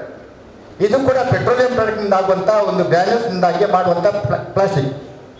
ಇಲ್ಲಿ ಗೊಂದಲ ಇಷ್ಟೇ, ಗ್ಯಾಸ್ ನಮಗೆ ಇನ್ನೂ ಬೇಕು, ಪ್ಲಾಸ್ಟಿಕ್ ನಮ್ಗೆ ಇನ್ನೂ ಬೇಡ.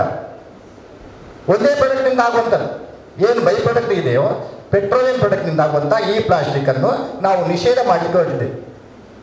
ಇದು ಇವತ್ತಿಗೆ ನಮ್ಮ ಜೀವನದ ಒಂದು ಅಂಗವಾಗಿ ಬಿಟ್ಟಿದೆ. ಪ್ರತಿಯೊಬ್ಬ ವ್ಯಕ್ತಿ ಕೂಡ ಪ್ಲಾಸ್ಟಿಕ್ ಇಲ್ಲದೆ ಜೀವನ ಇಲ್ಲ ಎಂಬ ಪ್ರಶ್ನೆ ಬಂದಿದೆ. ಅಂಥದ್ರಲ್ಲಿ ಪ್ಲಾಸ್ಟಿಕ್ ನಮ್ಮ ಪರಿಸರಕ್ಕೆ ಹಾನಿಯಾಗ್ತಾ ಇದೆ. ಇದನ್ನು ಕಡಾಖಂಡಿತವಾಗಿ ನಾವು ನಿಷೇಧಿಸಲೇಬೇಕೆಂಬ ಒಂದು ಪರಿಸ್ಥಿತಿಗೆ ಬಂದಿದೆ. ಇದಕ್ಕೆ ಮುಖ್ಯವಾದ ಕಾರಣ ಇವತ್ತು ಇಂದಿನವರೆಗೆ ನಮ್ಮ ಜಗತ್ತಿನಾದ್ಯಂತ 2,50,000 ಟನ್ನುಗಳಷ್ಟು ವೇಸ್ಟ್ ಪ್ಲಾಸ್ಟಿಕ್ ನಮ್ಮ ಸಮುದ್ರದಲ್ಲಿದೆ. ಮುಂದೊಂದು ದಿನ 2050ಕ್ಕೆ 261.4 ಮಿಲಿಯನ್ ಟನ್ನಿನಷ್ಟು ಪ್ಲಾಸ್ಟಿಕ್ಗಳು ಜಮೆ ಆಗ್ತದೆ ಎಂದೊಂದು ಈಗಾಗಲೇ ನಮಗೆ ನಮ್ಮ ವರ್ಲ್ಡ್ ಇದರಿಂದ ನಮಗೆ ಎಚ್ಚರಿಕೆಯನ್ನು ಕೊಡ್ತಾ ಇದೆ. ಮುಂದೆ ಇದೇ ರೀತಿ ಆದರೆ ಏನಾಗ್ಬೋದು, ಪರಿಸರದ ಮೇಲೆ ಯಾವ ಪರಿಣಾಮ ಬೀಳ್ಬೋದು ಅಂತ ವಿದ್ಯಾರ್ಥಿಗಳಾದ ನೀವೆಲ್ಲ ಇದು ಅರ್ಥ ಮಾಡಿಕೊಳ್ಬೇಕಾಗ್ತದೆ. ಇದು ನಾವೆಲ್ಲ ಚಿಂತನೆ ಮಾಡುವಂಥ ವಿಷಯ. ಇವತ್ತು ಪ್ಲಾಸ್ಟಿಕ್ ನಿಷೇಧ ಮಾಡುವಂಥ ಒಂದು ಪ್ರಶ್ನೆ ಖಂಡಿತ ಇಲ್ಲಿ ಬರಬಾರ್ದಿತ್ತು. ಆದರೆ ಯಾಕೆ ಬಂತು? ಅದು ನಮ್ಮ ಸ್ವಾರ್ಥ. ನಾವು ಅದನ್ನು ಬಳಸುವ ರೀತಿ ಸರಿಯಿಲ್ಲ. ನಾವು ಒಂದು ವೇಳೆ ಇದೇ ಪ್ಲಾಸ್ಟಿಕ್ಕನ್ನು ಸರಿಯಾದ ರೀತಿಯಲ್ಲಿ ನಾವು ಬಳಸಿದ್ದೆ, ಒಂದು ಪ್ಲಾಸ್ಟಿಕ್ 131 ಬಾರಿ ಅದನ್ನು ರೀಸೈಕಲ್ ಮಾಡಬಹುದಿತ್ತು. ಆ ಒಂದು ರೀಸೈಕಲ್ ಮಾಡುವಂಥ ಒಂದು ವಸ್ತುವನ್ನು ಕೂಡ ನಾವು ಅದು ಧರ್ಮಕ್ಕೆ ಸಿಕ್ಕಿದಾಗೆ ಒಂದು ಕಸದ ರೀತಿಯಲ್ಲಿ ನಾವು ಅದನ್ನು ಮಾಡಿಕೊಂಡು ನಾವು ಹೋದಲ್ಲಿ ಬಂದಲ್ಲಿ ಬಿಸಾಡುವ ರೀತಿಯಿಂದ ಇವತ್ತು ನಮ್ಮ ಈ ಪರಿಸ್ಥಿತಿ ಬಂತು. ಇವತ್ತು ನೂರಾರು ನಮ್ಮ ಬೈಕಂಬಾಡಿಯಲ್ಲಿ, ಮಂಗಳೂರು ನಗರದಲ್ಲಿರುವಂಥ ಬೈಕಂಬಾಡಿಯಲ್ಲಿ ಸುಮಾರು 50ಕ್ಕೂ ಹೆಚ್ಚು ಪ್ಲಾಸ್ಟಿಕ್ ಬ್ಯಾಗನ್ನು ತಯಾರು ಮಾಡುವಂಥ ಇಂಡಸ್ಟ್ರಿಗಳಿದೆ. ಇದನ್ನೆಲ್ಲ ಮುಚ್ಚಬೇಕಾಗ್ತದೆ. ಸಾವಿರಾರು ಜನ ನಿರ್ಗತಿಯಾಗ್ತಾರೆ, ತಮ್ಮ ಕೆಲಸವನ್ನು ಕಳ್ಕೊಳ್ತಾರೆ. ಇದಕ್ಕೆಲ್ಲ ಕಾರಣ ಯಾರು? ನಾವೇ. ನಾವು ಒಂದು ವೇಳೆ ಈ ಪ್ಲಾಸ್ಟಿಕ್ಕನ್ನು ಸರಿಯಾದ ರೀತಿಯಲ್ಲಿ ಬಳಕೆ ಮಾಡ್ತಾ ಇದ್ದರೆ ಖಂಡಿತವಾಗಿ ಕೂಡ ಅದು ಸಮುದ್ರ ಸೇರ್ತಾ ಇರಲಿಲ್ಲ, ಎಲ್ಲಿ ಕೂಡ ನಾವು ಅದನ್ನು ರೀಸೈಕಲ್ ಮಾಡ್ಬೋದಿತ್ತು. ಆದರೆ ಈ ಪ್ಲಾಸ್ಟಿಕ್ನಿಂದಾಗಿ ಆಗುವಂಥ ಒಂದು ದುಷ್ಪರಿಣಾಮ ಅಂತ ಹೇಳಿದರೆ ಇದು 1,000 ವರ್ಷ ಇದನ್ನು ಮಣ್ಣು ಬೇಕಾಗ್ತದೆ. ಇದು ಯಾವ ರೀತಿಯಲ್ಲಿ ಕೂಡ ಇದು ಕರಗುವುದಿಲ್ಲ. ಅದೇ ನಾನು ಹೇಳಿದ್ದು, ಈಗಿನ ಜನಾಂಗಲ್ಲ, ಮುಂದಿನ ಜನಾಂಗ ಕೂಡ ಈ ಒಂದು ಪ್ಲಾಸ್ಟಿಕ್ಕನ್ನು ನಾವು ಇಲ್ಲಿ ಕಾಣಬೇಕಾಗ್ತದೆ. ಇನ್ನು ಇಂಥ ಸ್ಟೋರ್ ಮಾಡಲಿಕ್ಕೆ ನಮಗೆ ಜಾಗ ಇರುವುದಿಲ್ಲ. ಆದ್ದರಿಂದಾಗಿ ಈ ನಿಷೇಧ ಮಾಡಬೇಕಾದಂಥ ಒಂದು ಪರಿಸ್ಥಿತಿ ನಮಗೆ ಇಲ್ಲಿ ಬಂದಿದೆ. ಅದಕ್ಕೆ ಎಲ್ಲರ ಸಹಕಾರ ಬೇಕು. ಯಾಕೆಂತ ಹೇಳಿದರೆ ಮುಂದಿನ ದಿನಗಳಲ್ಲಿ ನಾವು ನಮ್ಮ ಶಿಸ್ತನ್ನು ಅಳವಡಿಸಿದ್ದಾಗ, ನಾವು ಶಿಸ್ತಿನಿಂದ ವರ್ತನೆ ಮಾಡದಿದ್ದಾಗ ಇಂಥ ದುಷ್ಪರಿಣಾಮಗಳಿಗೆ ನಾವೆಲ್ಲ ಬಲಿಯಾಗಬೇಕಾಗ್ತದೆ. ಮುಖ್ಯವಾಗಿ ನಾವು ಒಂದು ಆಲೋಚನೆ ಮಾಡಬೇಕು, ಪರಿಸರ ನಾವು ರಕ್ಷಣೆ ಮಾಡಿದರೆ ಮಾತ್ರ ಪರಿಸರ ಇರ್ತಾ ಇದೆ. ನಾವೇ ಅದನ್ನು ಮಾಡದಿದ್ದರೆ ಪರಿಸರ ಅಂತ ಏನಿಲ್ಲ. ಇವತ್ತು ನಾವು ಜಗತ್ತಿನಾದ್ಯಂತ ಜೂನ್ 5 ವಿಶ್ವ ಪರಿಸರ ದಿನಾಂಕ ಅಂತ ನಾವು ಆಚರಣೆ ಮಾಡ್ತಿದ್ದೇವೆ. ನಾವೆಲ್ಲ ನೋಡ್ತಾ ಇದ್ದೇವೆ. ಅಲ್ಲಲ್ಲಿ ಮರಗಳನ್ನು ಅಭಿವೃದ್ಧಿಯ ದೃಷ್ಟಿಯಲ್ಲಿ ಕಡಿತಾ ಇರೋದು ಮಾತ್ರ, ಬೆಳೆಸುವ ದೃಷ್ಟಿಯಲ್ಲಿ ಯಾರಿಲ್ಲ. ನಾವು ಒಂದು ಮರ ಕಡಿದಾಗ ಕನಿಷ್ಠ 10 ಗಿಡಗಳನ್ನಾದರೂ ನೆಟ್ಟರೆ ಅದರಲ್ಲಿ ಒಂದು 3 ಗಿಡ ಆದರೂ ಕೂಡ ಅದು ಬೆಳೆದು ಹೆಮ್ಮರವಾಗ್ಬೋದು. ಅದರ ಬಗ್ಗೆ ಯಾರಿಗೂ ಚಿಂತೆ ಇಲ್ಲ. ಒಂದು ಮರ ಯಾವುದೋ ಒಂದು ಮೈದಾನದಲ್ಲಿದ್ದರೆ ಎಲ್ಲರೂ ಅಲ್ಲಿ ಹೋಗ್ತಾರೆ. ಯಾಕೆಂತ ಹೇಳಿದ್ರೆ ಆ ಮರದಲ್ಲಿ ನಮಗೆ ಅಡಿಯಲ್ಲಿ ನಮಗೆ ಶಾಂತಿ ಸಿಗ್ತದೆ, ಅಲ್ಲಿ ತಣ್ಣಗಾಗ್ತದೆ, ಅಲ್ಲಿ ನಾವು ಸ್ವಲ್ಪ ರೆಸ್ಟ್ ತಗೊಳ್ಬಹುದು ಅಂತ ಎಲ್ಲರೂ ಹೋಗ್ತಾರೆ. ಒಂದು ವೆಹಿಕಲ್ ನಿಲ್ಲಿಸೋರು ಕೂಡ ಓಡ್ತಾರೆ ಆ ಒಂದು ಮರ ನೋಡಿದಾಗ. ಅದೇ ಇಂಥ ಜಾಗದಲ್ಲಿ ಮರಗಳು ಬೇಕು, ಮುಂದಿನ ಜನಾಂಗಕ್ಕೆ ಈ ಮರಗಳು ಬೇಕು ಎಂಬ ದೃಷ್ಟಿಯಲ್ಲಿ ಯಾರು ಕೂಡ ಆ ಒಂದು ಮೈದಾನದಲ್ಲಿ ಜಾಗ ಇದ್ರೂ ಕೂಡ ಒಂದು ಗಿಡ ನೆಡುವಂಥ ಒಂದು ತನ್ನ ಇಚ್ಛೆಯನ್ನು ತೋರಿಸ್ತಾ ಇಲ್ಲ. ಅದರಿಂದಾಗಿ ಇವತ್ತು ಮಕ್ಕಳಿಗೆ ನಾವು ಜಾಸ್ತಿ ಹೇಳಲಿಕ್ಕೆ ಹೋಗ್ತಾ ಇಲ್ಲ. ಪರಿಸರದ ಬಗ್ಗೆ ಮುಂದಿನ ದಿನಗಳಲ್ಲಿ ನಿಮಗೆ ಹೆಚ್ಚು ಹೆಚ್ಚು ತಿಳುವಳಿಕೆ ಬರ್ತದೆ. ಪರಿಸರವನ್ನು ರಕ್ಷಣೆ ಮಾಡಬೇಕಾದ್ರೆ ಮೊದಲು ಇವತ್ತಿಯನ್ನು ಹಾಕೊಂಡಂಥ ಈ ಪ್ಲಾಸ್ಟಿಕ್ ಬ್ಯಾಗನ್ನು ನಾವು ನಿಷೇಧ ಮಾಡಿದ ಮುಖಾಂತರ ಇವತ್ತು ಏನು ನಾವು ಇಲ್ಲಿ ಆ ಬಟ್ಟೆಯ ಮುಖಾಂತರವ ಅಥವಾ ಪೇಪರ್ ಮುಖಾಂತರ ಹಾಕೊಂಡು ಈ ಪ್ಲಾಸ್ಟಿಕ್ಕನ್ನು ತರುವಾಗ ಕೂಡ ಒಂದೇ ಇದೇ ಚಿಂತನೆ ಇತ್ತು. ಏನಂತ ಹೇಳಿದ್ರೆ ಈ ಪ್ಲಾಸ್ಟಿಕ್ಗೆ ಸಬ್ಸಿಡಿ ಆಗಿದ್ದದ್ದು, ಅದಕ್ಕೆ ಪೂರಕವಾಗಿದ್ದದ್ದು ಅಂತೇಳಿ ಪೇಪರ್ ಬ್ಯಾಗ್. ಈ ಪೇಪರ್ ಬ್ಯಾಗ್ ಕೂಡ ಒಂದು ರೀತಿಯಲ್ಲಿ ನಮಗೆ ತೃಪ್ತಿ ಕೊಡಲಿಲ್ಲ. ಯಾಕೆಂತೇಳಿದ್ರೆ ಈ ಪೇಪರ್ ಬ್ಯಾಗಿಗೆ ಬೇಕಾಗಿ ನಾವು ಮರಗಳನ್ನು ಕಡಿಬೇಕಾಗಿ ಬಂತು. ಆ ಮರ ಪ್ಲಾಂಟ್ಗಳನ್ನು ನಾವು ರಸ್ತೆಯಲ್ಲಿ ಮಾಡಬೇಕಾಗಿ ನಾವು ಈ ಪ್ಲಾಸ್ಟಿಕ್ಗೆ ಬೇಕಾಗಿ ಮುಗಿಬಿದ್ದೆವು. ಈಗ ಪ್ಲಾಸ್ಟಿಕನ್ನು ನಾವು ತೆಗಿತಾ ಇದ್ದೇವೆ. ಮುಂದಿನ ದಿನಗಳಲ್ಲಿ ಮತ್ತೆ ನಾವು ಬಟ್ಟೆಗೆ ಬರ್ತಾ ಇದ್ದೇವೆ. ನೀವೊಂದು ವಿಷಯಗಳನ್ನು ಆಲೋಚನೆ ಮಾಡಿ, ಈ ಬಟ್ಟೆಗಳು ಆಗುವುದು ಕೂಡ ಅದು ಕಾಟನ್ನಿಂದ. ಈ ಕಾಟನ್ ಮರಕ್ಕೆ ಎಲ್ಲ ಮರಕ್ಕಿಂತಲೂ ಜಾಸ್ತಿ ಇದು ನೀರು ಕನ್ಸ್ಯೂಮ್ ಮಾಡ್ತಾ ಇದೆ. ಹೆಚ್ಚು ಹೆಚ್ಚು ನೀರು ಬೇಕಾಗ್ತದೆ. ಈ ಕಾಟನ್ ಬಳಸಬೇಕಾದ್ರೆ ಬಟ್ಟೆಗಳ ಒಂದು ನಮಗೇನು ಬ್ಯಾಗನ್ನು ಮಾಡಬೇಕಾದ್ರೆ ಹೆಚ್ಚು ಹೆಚ್ಚು ನಾವು ನೀರನ್ನು ಬಳಸಬೇಕಾಗ್ತದೆ. ಆ ಮರಗಳು ಹೆಚ್ಚು ಹೆಚ್ಚು ನೀರನ್ನು ಹೀರಬೇಕಾಗ್ತದೆ. ಇಂಥ ಒಂದಲ್ಲ ಒಂದು ರೀತಿಯಲ್ಲಿ ಬೇರೆ ಬೇರೆ ಸಮಸ್ಯೆಗಳು ಬರುವಾಗ ನಾವು ಹಿತಮಿತವಾಗಿ ಎಲ್ಲವನ್ನೂ ಬಳಸಬೇಕಾಗ್ತದೆ. ಆಗ ನಮ್ಮ ಪರಿಸರವನ್ನು ಉಳಿಸಬೇಕು. ಅದರಿಂದ ನಮಗೆ ಕೂಡ ಪರಿಸರದ ಬಗ್ಗೆ ಜಾಗೃತಿ ಹೇಗೆ ಮಾಡಬೇಕು, ಪರಿಸರ ಹೇಗೆ ನಮಗೆ ತುಂಬಾ ಉಪಯುಕ್ತವಾಗ್ತದೆ, ನಾವು ಅದನ್ನು ತುಂಬಾ ಯೂಸ್ ಮಾಡ್ತೇವೆ ಪರಿಸರದಿಂದ. ಫಾರ್ ಎಕ್ಸಾಂಪಲ್, ಅದರಿಂದ ಬರುವ ಗಾಳಿಯನ್ನು ನಾವು ಯೂಸ್ ಮಾಡ್ತೇವೆ.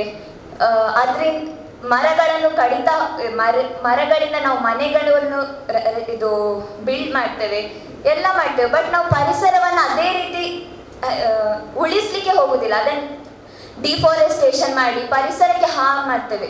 ಸೊ ಇದರಿಂದಾಗಿ ನಮಗೆ ಮುಂದಿನ ಫ್ಯೂಚರ್ ಜನರೇಷನ್ ಅಲ್ಲಿ ತುಂಬಾ ಅಬ್ಯೂಸಸ್ ಆಗ್ತದೆ, ನಮಗೆ ತುಂಬಾ ಕಷ್ಟಗಳಾಗ್ತದೆ. ಇದರಿಂದ ತುಂಬಾ ಹೆಲ್ತ್ಗೆ ಪ್ರಾಬ್ಲಮ್ ಇಶ್ಯೂಸ್ ಆಗ್ತದೆ, ಮಕ್ಕಳಿಗೆ ಇಶ್ಯೂಸ್ ಆಗ್ತದೆ, ಮಕ್ಕಳಿಗಲ್ಲದೆ ಎಲ್ಲ ಸಿಟಿಸನ್ ಅವರಿಗೂ ಕೂಡ ಇದಾಗ್ತದೆ. ಸೊ ಇವತ್ತಿನ ಕಾರ್ಯಕ್ರಮದಿಂದ ನಮಗೆ ಒಂದು ಇಂಪಾರ್ಟೆಂಟ್ ಮೆಸೇಜ್ ಸಿಗ್ತದೆ. ಏನಂದ್ರೆ, ಹೇಗೆ ನಾವು ಪರಿಸರವನ್ನು ಉಳಿಸಬಹುದು, ಮುಂದಿನ ಜನರೇಷನ್ ಅವರಿಗೆ ಹೇಗೆ ಇದು ಯೂಸ್ಫುಲ್ ಆಗ್ತದೆ. ಇಂತಹ ಕಾರ್ಯಕ್ರಮ ಮಾಡುವುದರಿಂದ ನಮಗೆ ತುಂಬಾ ಯೂಸ್ಫುಲ್ ಆಗ್ತದೆ. ನಾವು ಹೇಳ್ತೇವೆ ಇಂದಿನ ಮಕ್ಕಳೇ ಮುಂದಿನ ಪ್ರೆಸಿಡೆಂಟ್ ಅಂತ ಹೇಳ್ತಾರೆ. ಸೊ ನಮಗೆ ಈ ತರ ಒಂದು ಪ್ರೋಗ್ರಾಮ್ ಮಾಡಿ ನಮಗೆ ಒಂದು ಇನ್ಸ್ಪಿರೇಷನ್ ಮಾಡಿದ್ರೆ ನಾವು ಕೂಡ ಎಲ್ಲ ಕಡೆ ಹೋಗಿ ಇದು ಮಾಡ್ತೇವೆ. ಅಂದ್ರೆ ನಮಗೆ ನಾವೆಲ್ಲರಿಗೆ ಫಾರ್ ಎಕ್ಸಾಂಪಲ್ ನಮ್ಮ ನೇಬರ್ಸ್ಗೆಲ್ಲ ಹೋಗಿ ಹೇಳ್ತೇವೆ, ನಮ್ಮ ಸ್ಕೂಲಲ್ಲಿ ಈ ತರ ಪ್ರೋಗ್ರಾಮ್ ಆಗಿದೆ, ಇದರಿಂದ ನಮ್ಗೆ ಆ ಇನ್ಫಾರ್ಮೇಶನ್ ಸಿಕ್ಕಿದೆ, ಈ ಇನ್ಫಾರ್ಮೇಶನ್ ಸಿಕ್ಕಿದೆ ಅಂತ. ಸೊ ಅವರಿಗೆ ಕೂಡ ಅದರ ಬಗ್ಗೆ ನಾಲೆಜ್ ಸಿಗ್ತದೆ. ಹೇಗೆ ನಾವು ನೆಕ್ಸ್ಟ್ ನಮ್ಮ ಫ್ಯೂಚರ್ ಜನರೇಷನ್ ಅನ್ನ ಕಾಪಾಡ್ಕೊಳ್ಬೇಕು, ಹೇಗೆ ನಾವು ನಮ್ಮ ಪರಿಸರವನ್ನು ಉಳಿಸ್ಬೇಕಂತ. ಸೊ ಈ ತರ ಪ್ರೋಗ್ರಾಮ್ಸ್ ಇನ್ನೂ ಮಾಡ್ತಾ ಇರಿ ಅಂತ ಹೇಳ್ತಾರೆ. ಶ್ರೀನಿವಾಸ ನಾಯಕ್ ಇಂದಾಜೆ ಅವರು ಆಗ ತಹಸೀಲ್ದಾರ್ ಅವರು ಹೇಳಿದರು, ಪತ್ರಕರ್ತರು ಎಚ್ಚೆತ್ತಾಗ ಅವರು ಸಮಾಜವನ್ನ ಅಥವಾ ಸಮಾಜದ ನಾಗರಿಕರನ್ನ ಎಚ್ಚೆತ್ತುಕೊಳ್ಳುವಂತೆ ಮಾಡುವಂಥ ಒಂದು ಮಾಧ್ಯಮ, ಪತ್ರಿಕಾ ಮಾಧ್ಯಮ ಆಗಿರ್ಬೋದು, ದೃಶ್ಯ ಮಾಧ್ಯಮ ಆಗಿರ್ಬೋದು. ಅದು ವಿಶೇಷವಾಗಿ ಶ್ರೀನಿವಾಸ ನಾಯಕ್ ಇಂದಾಜೆ ನಮ್ಮ ದಕ್ಷಿಣ ಕನ್ನಡ ಜಿಲ್ಲಾ ಕಾರ್ಯನಿರತ ಪತ್ರಕರ್ತರ ಸಂಘದ ಅಧ್ಯಕ್ಷರಾದಾಗ ನಾನು ಬಹಳಷ್ಟು ವರ್ಷಗಳ ಹಿಂದಿನಿಂದ ಬಹಳ ಒಡನಾಟವನ್ನು ಇಟ್ಟುಕೊಂಡಂಥ ಒಬ್ಬ ಒಳ್ಳೆಯ ಪತ್ರಕರ್ತ, ಮಾಧ್ಯಮದ ಮಿತ್ರ ಶ್ರೀನಿವಾಸ ಇಂದಾಜೆ. ಇವರು ಈ ಪತ್ರಕರ್ತರ ಸಂಘದ ಅಧ್ಯಕ್ಷರಾದ ಮೇಲೆ ನಾನು ನೋಡ್ತಾ ಇದ್ದೇನೆ ಬಹಳಷ್ಟು ಕಾರ್ಯಕ್ರಮಗಳನ್ನು, ಅದರಲ್ಲೂ ಕೂಡ ಸಮಾಜಮುಖಿಯಾಗಿ ಈ ಜನರಿಗೆ ಒಂದು ರೀತಿಯ ಜಾಗೃತಿಯನ್ನು ಕೊಡುವಂತಹ 10 ಹಲವು ಕಾರ್ಯಕ್ರಮಗಳನ್ನು ಅವರ ಪತ್ರ ಸಂಘದ ಪದಾಧಿಕಾರಿಗಳು ಸರ್ವಸದಸ್ಯರು ಒಟ್ಟಾಗಿ ಸೇರಿಕೊಂಡು ಮಾಡುವಂಥದ್ದು ನಿಜವಾಗಿಯೂ ಅತ್ಯಂತ ಶ್ಲಾಘನೀಯ ಅಂತ ಈ ಸಂದರ್ಭದಲ್ಲಿ ಹೇಳುತ್ತಾ, ಮೊನ್ನೆ ನಮ್ಮ ಮಂಗಳೂರಿನ ಪುರಭವನದಲ್ಲಿ 35ನೇ ರಾಜ್ಯ ಪತ್ರಕರ್ತರ ಸಮ್ಮೇಳನವನ್ನ ಬಹಳ ಯಶಸ್ವಿಯಾಗಿ ನಡೆಸಿದಂಥ ಕೀರ್ತಿ ಕೂಡ ನಮ್ಮ ಶ್ರೀನಿವಾಸ ಇಂದಾಜೆಯವರ ತಂಡಕ್ಕೆ ಸೇರ್ತದೆ. ನಾಡು ಕೂಡ ಆ ಒಂದು ಕಾರ್ಯಕ್ರಮದಲ್ಲಿ ಸ್ವಲ್ಪ ಹೊತ್ತು ಭಾಗವಹಿಸುವಂಥ ಅವಕಾಶ ಕೂಡ ನನಗೆ ಸಿಕ್ಕಿದೆ. ಒಟ್ಟಿನಲ್ಲಿ ಇವತ್ತು ನಡೆದಂಥ ಕಾರ್ಯಕ್ರಮ, ಅದರಲ್ಲೂ ಕೂಡ MRPL, ನಾನು ಈಗಾಗಲೇ ಹೇಳಿದೆ, MRPL ನ ಅಧಿಕಾರಿಗಳು ಬಹಳಷ್ಟು ಆ ಸಂಸ್ಥೆ ಸಮಾಜಕ್ಕೆ ಕೊಡುವಂಥ ಕೊಡುಗೆ. ಇವತ್ತು ಬೇರೆ ಬೇರೆ ಕಾರ್ಯಕ್ರಮಗಳನ್ನು ಅದರ ನೇತೃತ್ವವನ್ನು ವಹಿಸಿಕೊಂಡು ಅದರ ಪ್ರಾಯೋಜಕತ್ವವನ್ನು ವಹಿಸಿಕೊಂಡು ಮಾಡುವಂತಹ ಹಲವಾರು ಸಮಾಜಮುಖಿ ಕಾರ್ಯಗಳು. ಇವತ್ತು ಈ ಒಂದು ಪ್ಲಾಸ್ಟಿಕ್ ವಿರುದ್ಧ ಜಾಗೃತಿ ಅಭಿಯಾನದಲ್ಲಿ ಈ ಶಾಲಾ ವಿದ್ಯಾರ್ಥಿಗಳಿಗೆ ಬಟ್ಟೆಯ ಬ್ಯಾಗನ್ನು ಕೊಡುವಂತಹ ಪ್ರಾಯೋಜಕತ್ವವನ್ನು ಮಾಡಿದ್ದಾರೆ. ಅವರಿಗೆ ಮತ್ತೊಮ್ಮೆ ಅಭಿನಂದನೆಗಳನ್ನ ಸಲ್ಲಿಸುತ್ತಾ, ವಿದ್ಯಾರ್ಥಿಗಳೇ ನಿಮಗೆಲ್ಲೂ ಕೂಡ ಗೊತ್ತಿದೆ, ವಿದ್ಯಾರತ್ನ ವಿದ್ಯಾಸಂಸ್ಥೆಯಲ್ಲಿ ನಾವು ಬೇರೆ ಬೇರೆ ಕಾರ್ಯಕ್ರಮಗಳನ್ನು ಮಾಡುತ್ತಿರುವಂಥ ಸಂದರ್ಭದಲ್ಲಿ ವನ ಮಹೋತ್ಸವ ಪ್ರತಿ ವರ್ಷ ನಾವು ಆಚರಿಸ್ತೇವೆ. ನಮ್ಮ ಇಲಾಖೆಯ ಮೂಲಕ ಸುಮಾರು 1,000 ಗಿಡಗಳನ್ನು ಪ್ರತಿ ವರ್ಷ ಹಂಚುವಂಥ ಕೆಲಸವನ್ನು ನಾವು ಮಾಡ್ತೇವೆ. ಹತ್ತಿರದ 4 ಶಾಲೆಗಳಿಗೆ ನಾವು ನಮ್ಮ ವಿದ್ಯಾಸಂಸ್ಥೆಯ ವತಿಯಿಂದ ಸಸಿಗಳನ್ನು ವಿತರಿಸುವಂಥ ಕೆಲಸವನ್ನು ಕಳೆದ 10 ವರ್ಷಗಳಿಂದ ನಾವು ಮಾಡ್ತಾ ಬಂದಿದ್ದೇವೆ. ಆ ಕೆಲಸವನ್ನು ಮುಂದುವರಿಸ್ತೇವೆ. ಒಟ್ಟಿನಲ್ಲಿ ಪರಿಸರ ಜಾಗೃತಿ ನಮಗೆ ಅತ್ಯಂತ ಅವಶ್ಯಕತೆ ಇದೆ. ಯಾಕೆಂತ ಹೇಳಿದ್ರೆ ವಿದ್ಯಾರತ್ನ ಶಾಲೆಯಲ್ಲಿ ಈ ರೀತಿಯಾದ ಕಾರ್ಯಕ್ರಮಗಳನ್ನು, ಅದು ಪರಿಸರಕ್ಕೆ ಸಂಬಂಧಪಟ್ಟಂತಾಗಿರ್ಬೋದು ಅಥವಾ ಬೇರೆ ಬೇರೆ ರೀತಿಯಾದ ಮಾಹಿತಿಗಳನ್ನು ವಿದ್ಯಾರ್ಥಿಗಳಿಗೆ ಕೊಡುವಂಥ ಕಾರ್ಯಕ್ರಮ ಆಗಿರ್ಬೋದು, ವಿದ್ಯಾರ್ಥಿಗಳ ಹೆತ್ತವರಿಗೆ ಬೇರೆ ಬೇರೆ ರೀತಿಯಲ್ಲಿ ಮಾಹಿತಿಯನ್ನು ಕೊಡುವಂಥ ಕಾರ್ಯಕ್ರಮವಾಗಿ ಇರ್ಬೋದು, ನಮ್ಮ ಸಾಹಿತ್ಯಕ್ಕೆ ಸಂಬಂಧಪಟ್ಟಂಥ ಕೆಲಸಗಳಾಗಿರ್ಬೋದು, ನಿರಂತರವಾಗಿ ವಿದ್ಯಾಸಂಸ್ಥೆ ಈ ರೀತಿಯಾದ ಕೆಲಸಕ್ಕೆ ಸದಾ ತೆರೆದಿರುತ್ತದೆ ಅಂತ ಹೇಳುತ್ತಾ, ಬೇರೆ ಬೇರೆ ಸಂಘ ಸಂಸ್ಥೆಗಳವರು ನಮ್ಮಲ್ಲಿ ಕೇಳಿದಾಗ ಈ ರೀತಿಯಾದ ಸಮಾಜಮುಖಿ ಕಾರ್ಯಕ್ರಮಗಳಿಗೆ ನಾವು ಈ ಒಂದು ಶಾಲೆಯ ಎಲ್ಲ ವ್ಯವಸ್ಥೆಗಳನ್ನು ಅವರಿಗೆ ನಾವು ಸಹಕಾರವನ್ನು ಕೊಡುವಂಥದ್ದು ನಮ್ಮ ಧರ್ಮವೂ ಕೂಡ ಆಗಿದೆ. ಒಟ್ಟಿನಲ್ಲಿ ಈ ಒಂದು ಒಳ್ಳೆಯ ಕಾರ್ಯಕ್ರಮವನ್ನು ಆಯೋಜನೆ ಮಾಡಿದಂಥ ಸಂಘಟಕರಿಗೆ ಮತ್ತೊಮ್ಮೆ ಅಭಿನಂದನೆಗಳನ್ನು ಸಲ್ಲಿಸುತ್ತಾ, ಪ್ಲಾಸ್ಟಿಕ್ಕಿನ ಬಗ್ಗೆ ಎಲ್ಲರೂ ಹೇಳಿದರು, ಇನ್ನು ಹೆಚ್ಚು ಏನು ಇರಬೇಕಂತಿಲ್ಲ. ಪ್ಲಾಸ್ಟಿಕ್ಕನ್ನು ಯಾಕೆ ಉಪಯೋಗಿಸಬೇಕು, ಯಾಕೆ ಉಪಯೋಗಿಸಬಾರದು, ಎಲ್ಲ ವಿಚಾರಗಳನ್ನು ಕೂಡ ನಮ್ಮ ವಿದ್ಯಾರ್ಥಿಗಳು ತಿಳಿದವರೇ. ಒಟ್ಟಿನಲ್ಲಿ ಇದೊಂದು ರೀತಿಯ ಜಾಗೃತಿ ನಮ್ಮಲ್ಲಿ ಮೂಡಿದಾಗ ಖಂಡಿತವಾಗಿಯೂ ಈ ರೀತಿಯಾದ ವಿದ್ಯಾಸಂಸ್ಥೆಗಳಿರತಕ್ಕಂಥ ವಿದ್ಯಾರ್ಥಿಗಳು ಇದನ್ನು ಮನಗಂಡಾಗ ಖಂಡಿತವಾಗಿಯೂ ಇಡೀ ನಾಗರಿಕ ಸಮಾಜ ಎಚ್ಚೆತ್ತುಕೊಂಡು ಆ ಮೂಲಕ ಸ್ವಲ್ಪ ಪ್ರಭಾವಕ್ಕೆ ಒಳಗುವುದು ನಮ್ಮ ಕಾಣ್ತೇವೆ. ಒಟ್ಟಿನಲ್ಲಿ ಕಾರ್ಯಕ್ರಮ ಯಶಸ್ವಿಯಾಗಿ ನಡೆದಿದೆ. ಈ ಒಂದು ಕಾರ್ಯಕ್ರಮವನ್ನು ನಡೆಸಿದಂಥ ಸಂಘಟಕರಿಗೆ ಅಭಿನಂದನೆಗಳನ್ನು ಸಲ್ಲಿಸುತ್ತಾ, ಬಟ್ಟೆಯ ಬ್ಯಾಗನ್ನು ಉಪಯೋಗಿಸಬೇಕು, ಪ್ಲಾಸ್ಟಿಕ್ಕನ್ನು ನಾವು ನಿಷೇಧ ಮಾಡಬೇಕು, ಪ್ಲಾಸ್ಟಿಕ್ಕನ್ನು ಉಪಯೋಗಿಸಬಾರದು. ಮಣ್ಣಿನಾಡಿಯಲ್ಲಿ ಬಹಳಷ್ಟು ವರ್ಷಗಳಷ್ಟು ಕೂಡ ಇದ್ರೂ ಕೂಡ ಕೊಳೆಯದೇ ಇರತಕ್ಕಂಥ ವಸ್ತು ಅಂತ ಹೇಳಿದ್ರೆ ಪ್ಲಾಸ್ಟಿಕ್ ಬಹಳಷ್ಟು ಪರಿಸರಕ್ಕೆ ವಿರುದ್ಧವಿರತಕ್ಕಂಥ ವಸ್ತು. ಅದನ್ನು ನಾವು ಖಂಡಿತವಾಗಿಯೂ ನಿಷೇಧ ಮಾಡಲೇಬೇಕಾಗಿದೆ. ಒಟ್ಟಿನಲ್ಲಿ ಈ ರೀತಿಯಾದ ಸಮಾಜಮುಖಿಯಾದ ಕಾರ್ಯಕ್ರಮಗಳನ್ನು ನಾವು ಇನ್ನಷ್ಟು ಅಳವಡಿಸಿಕೊಂಡಾಗ ಒಂದು ಸುಂದರವಾದ ಸಮಾಜ ನಿರ್ಮಾಣ ಆಗಲಿಕ್ಕೆ ಸಾಧ್ಯ ಅಂತ ಹೇಳಿ, ಸಮಾಜಮುಖಿ ಕಾರ್ಯಕ್ರಮದ ಮೂಲಕ ಉತ್ತಮ ಕಾರ್ಯಕ್ರಮಗಳನ್ನು ನೆರವೇರಿಸಿದ್ರೆ ಮಾತ್ರ ಸ್ವಚ್ಛ, ಸುಂದರ, ಸ್ವಸ್ಥ ಸಮಾಜ ನಿರ್ಮಾಣ ಆಗಲಿಕ್ಕೆ ಸಾಧ್ಯ ಅಂತ ಹೇಳಿದ ಈ ಸಂಸ್ಥೆಯ ಅಧ್ಯಕ್ಷರು ರವೀಂದ್ರ ಶೆಟ್ಟಿ ಉಳಿದೊಡ್ಡಿಯವರಿಗೆ ವಂದನೆಗಳು ಸರ್. ಮುಂದೆ ಈ ಕಾರ್ಯಕ್ರಮದ ಅಂತಿಮ ಘಟ್ಟ ವಂದನಾರ್ಪಣೆ. ಹಿರಿಯ ಪತ್ರಕರ್ತರ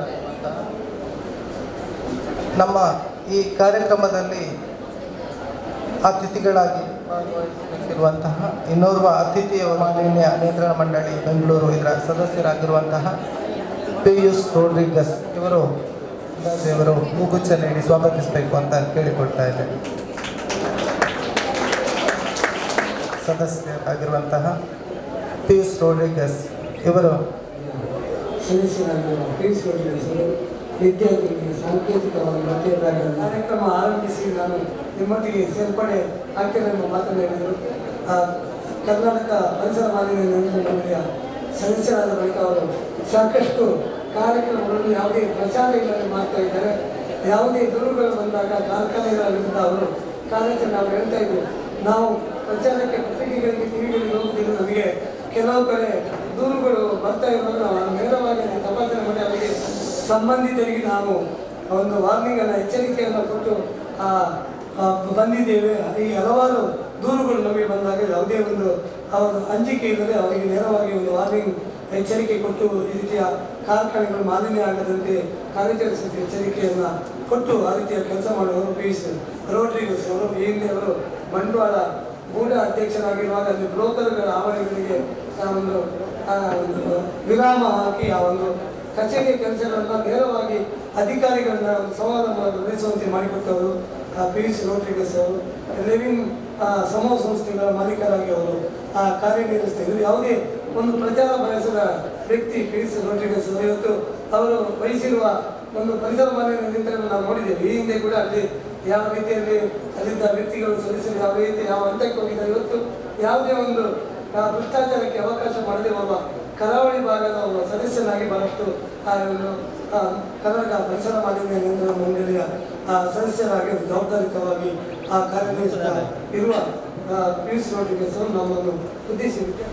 ಬಹಳಷ್ಟು ಪ್ರಮುಖವಾದ ಕಾರ್ಯಕ್ರಮದಲ್ಲಿ ಇವತ್ತು ಇದ್ದೀರಿ. ನಮಗೆಲ್ಲ ಸಂತೋಷ ತಂದಿದೆ. ಈ ಒಂದು ಉತ್ತಮವಾದ ಕಾರ್ಯಕ್ರಮವನ್ನು ಆಯೋಜಿಸಂತ ನಿಮಗೆಲ್ಲರಿಗೂ ಅಭಿನಂದನೆಯನ್ನು ಸಲ್ಲಿಸ್ತಾ ಇದೆ. ಇವತ್ತು ಮಾಲಿನ್ಯ ನಿಯಂತ್ರಣ ಮಂಡಳಿಯ ಸದಸ್ಯನಾಗಿ ನನಗೆ ಯಾಕಪ್ಪ ಕರೆದರು ಅಂದಾಗ ಇವತ್ತು ಭಾಳಷ್ಟು ಅರ್ಥಪೂರ್ಣವಾದ ಕಾರ್ಯಕ್ರಮಕ್ಕೆ ನನಗೆ ಕರೆದಿದ್ದೀರಿ. ಬಹಳಷ್ಟು ವಿಚಾರಗಳು ಈ ಪರಿಸರದ ಬಗ್ಗೆ ನಾವೆಲ್ಲ ತಿಳ್ಕೊಳ್ಬೇಕಾಗಿದೆ. ವಿಶೇಷವಾಗಿ ವಿದ್ಯಾರ್ಥಿಗಳು. ನಮ್ಮದೆಲ್ಲ ಹೇಳಿದಂತೆ ನಾವು ಹೇಳಿ ಹೇಳಿ ಹೇಳಿ ಕೇವಲ ಪುಸ್ತಕದಲ್ಲಿ ಮಾತ್ರ, ಜೊತೆಗೆ ವೇದಿಕೆಯ ಕಾರ್ಯಕ್ರಮಗಳಲ್ಲಿ ಮಾತ್ರ ಹೇಳುವಂಥ ಪರಿಸ್ಥಿತಿಯಲ್ಲಿ ನಾವಿದ್ದೇವೆ. ಆದರೆ ನೀವು ವಿದ್ಯಾರ್ಥಿಗಳು ಪುಸ್ತಕದ ಜೊತೆಗೆ ವೇದಿಕೆಯ ಕಾರ್ಯಕ್ರಮಗಳ ಜೊತೆಗೆ ಕಾರ್ಯಗತ ಮಾಡುವಲ್ಲಿ ನೀವೆಲ್ಲ ಆಗಿದ್ದೀರಿ. ಅದಕ್ಕಾಗಿ ಒಂದೆರಡು ಮಾತುಗಳು ಪರಿಸರ ಬಗ್ಗೆ ಹೇಳಲಿಕ್ಕೆ ನಾನು ಇಚ್ಛೆ ಪಡ್ತೇನೆ.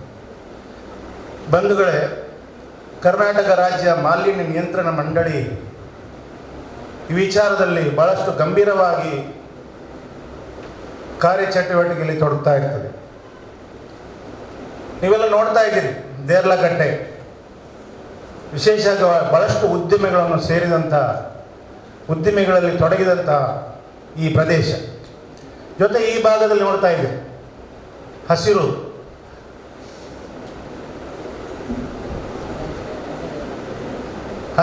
ಹಸಿರಿನಿಂದ ಕೂಡಿದಂಥ ಒಂದು ಪ್ರದೇಶ. ಇದೆಲ್ಲ ಕಾರಣ ಉತ್ತಮವಾದ ಪರಿಸರ ಇದ್ದಾಗ ಮಾತ್ರ ಇಂಥದ್ದೆಲ್ಲ ಉದ್ಯಮಿಗಳು ಮಾಡಿದಂಥ ಪರಿಸರಕ್ಕೆ ಆಗಿದ್ದಂಥ ತೊಂದರೆಗಳನ್ನು ನಿವಾರಣೆ ಮಾಡುವಂಥದ್ದು ಇದೇ ಹಸಿರು. ವಿಶೇಷವಾಗಿ ಇವತ್ತು ಪ್ಲಾಸ್ಟಿಕ್ ವಿರುದ್ಧ ಜಾಗೃತಿ. ಈ ಪ್ಲಾಸ್ಟಿಕ್ನಿಂದಾಗಿ ಏನೆಲ್ಲ ಅನಾಹುತಗಳು ನಡೀತಾವೆ, ಪರಿಸರಕ್ಕೆ ಏನೆಲ್ಲ ಹಾನಿ ಆಗ್ತದೆ ಎಂಬುದರ ಬಗ್ಗೆ ಜ್ಞಾನಿಗಳು ಇದರ ಬಗ್ಗೆ ಸಂಕ್ಷಿಪ್ತವಾಗಿ ದಾಖಲೆ ಸಮೇತ ನಮಗೆಲ್ಲ ಒದಗಿಸಿಕೊಟ್ಟಿದ್ದಾರೆ.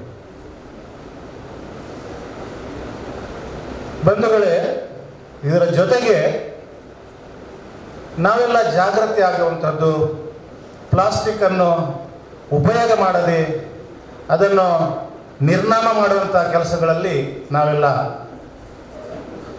ಇವತ್ತು ವಿಶೇಷವಾಗಿ ನಾವು ಶಪಥ ಮಾಡುವಂಥ ಕೆಲಸ ಈಗ ಮಾಡಬೇಕಾಗಿದೆ.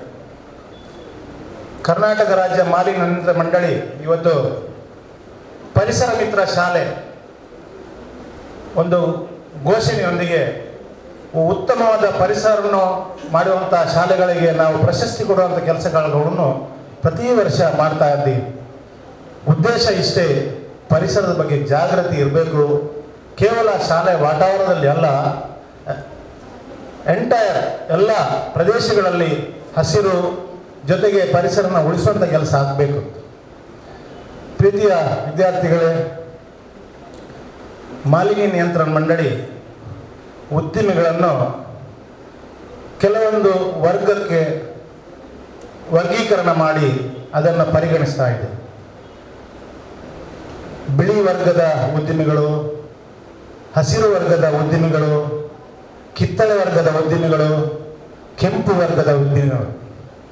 ಬಂಧುಗಳೇ, ಕೆಂಪು ಅಂದಾಗ ನಿಮಗೆಲ್ಲ ಗೊತ್ತಿದೆ. ಕೆಂಪು ಅಂದರೆ ಏನು? ಕೆಂಪು ಅಂದರೆ ಎಚ್ಚರಿಕೆ, ವಿಶೇಷವಾಗಿ ಡೇಂಜರ್ ಝೋನ್ ಅಂದರೆ ಪರಿಸರಕ್ಕಾಗಿ ತೀವ್ರವಾಗಿ ಆಘಾತ ಮಾಡುವಂಥ ಉದ್ದಿಮೆಗಳು ಕೂಡ ಇದ್ದಾಗ ಅದನ್ನು ಕೆಂಪು ವರ್ಗದ ಉದ್ದಿಮೆಗಳು ಅಂತ ನಾವು ವರ್ಗೀಕರಣ ಮಾಡಿದ್ವಿ. ಉದ್ದಿಮೆಗಳು ನಡೆಸದೆ ತಮಗೆಲ್ಲ ಗೊತ್ತಿದೆ, ಈ ಪ್ರಪಂಚವನ್ನು ನಡೆಸಲಿಕ್ಕೆ ಸಾಧ್ಯವೇ ಇಲ್ಲ. ಎಲ್ಲರಿಗೂ ಉದ್ಯೋಗ ಬೇಕು, ಉದ್ಯಮಗಳು ನಡೀಬೇಕು. ಈ ಪರಿಸರ ಉದ್ಯಮ ಜೊತೆಗೆ ಸಂಘಟವಾಗಿ ಒಳ್ಳೆಯ ರೀತಿಯಲ್ಲಿ ನಡೆಯಬೇಕು ಎಂಬುದು ಉದ್ದೇಶದಲ್ಲಿ ಇವತ್ತು ವರ್ಗೀಕರಣ ಮಾಡಿ ಉದ್ಯಮಿಗಳಿಗೆ ಪರವಾನಗಿ ನೀಡುವಾಗ ಕೆಲವೊಂದು ನಿಬಂಧನೆಗಳು ಮತ್ತು ನಿಯಮಗಳನ್ನು ಹಾಕ್ತೀವಿ. ಈ ಪರಿಸರ ಮಾಲಿನ್ಯ ನಿಯಂತ್ರಣ ಮಂಡಳಿ ಏನಪ್ಪ ನಿಬಂಧನೆಗಳು ಅಂದ್ರಾಗ, ಪರಿಸರಕ್ಕೆ ಆಘಾತ ಉಂಟು ಮಾಡುವಾಗ ಈ ಆಘಾತವನ್ನು ತಡೆಗಟ್ಟಲು ಹಸಿರುವನ್ನು ನಿರ್ಮಾಣ ಮಾಡಲು ಕೆಲವು ನಿಬಂಧನೆಗಳು ಕಡ್ಡಾಯವಾಗಿ ಅವರು ಆ ಹಸಿರನ್ನು ನಿರ್ಮಿಸಲು ಉದ್ಯಮಿಗಳಿಗೆ ನಾವು ನಿಬಂಧನೆಯನ್ನು ಹಾಕ್ತಾ ಇದ್ದೀವಿ.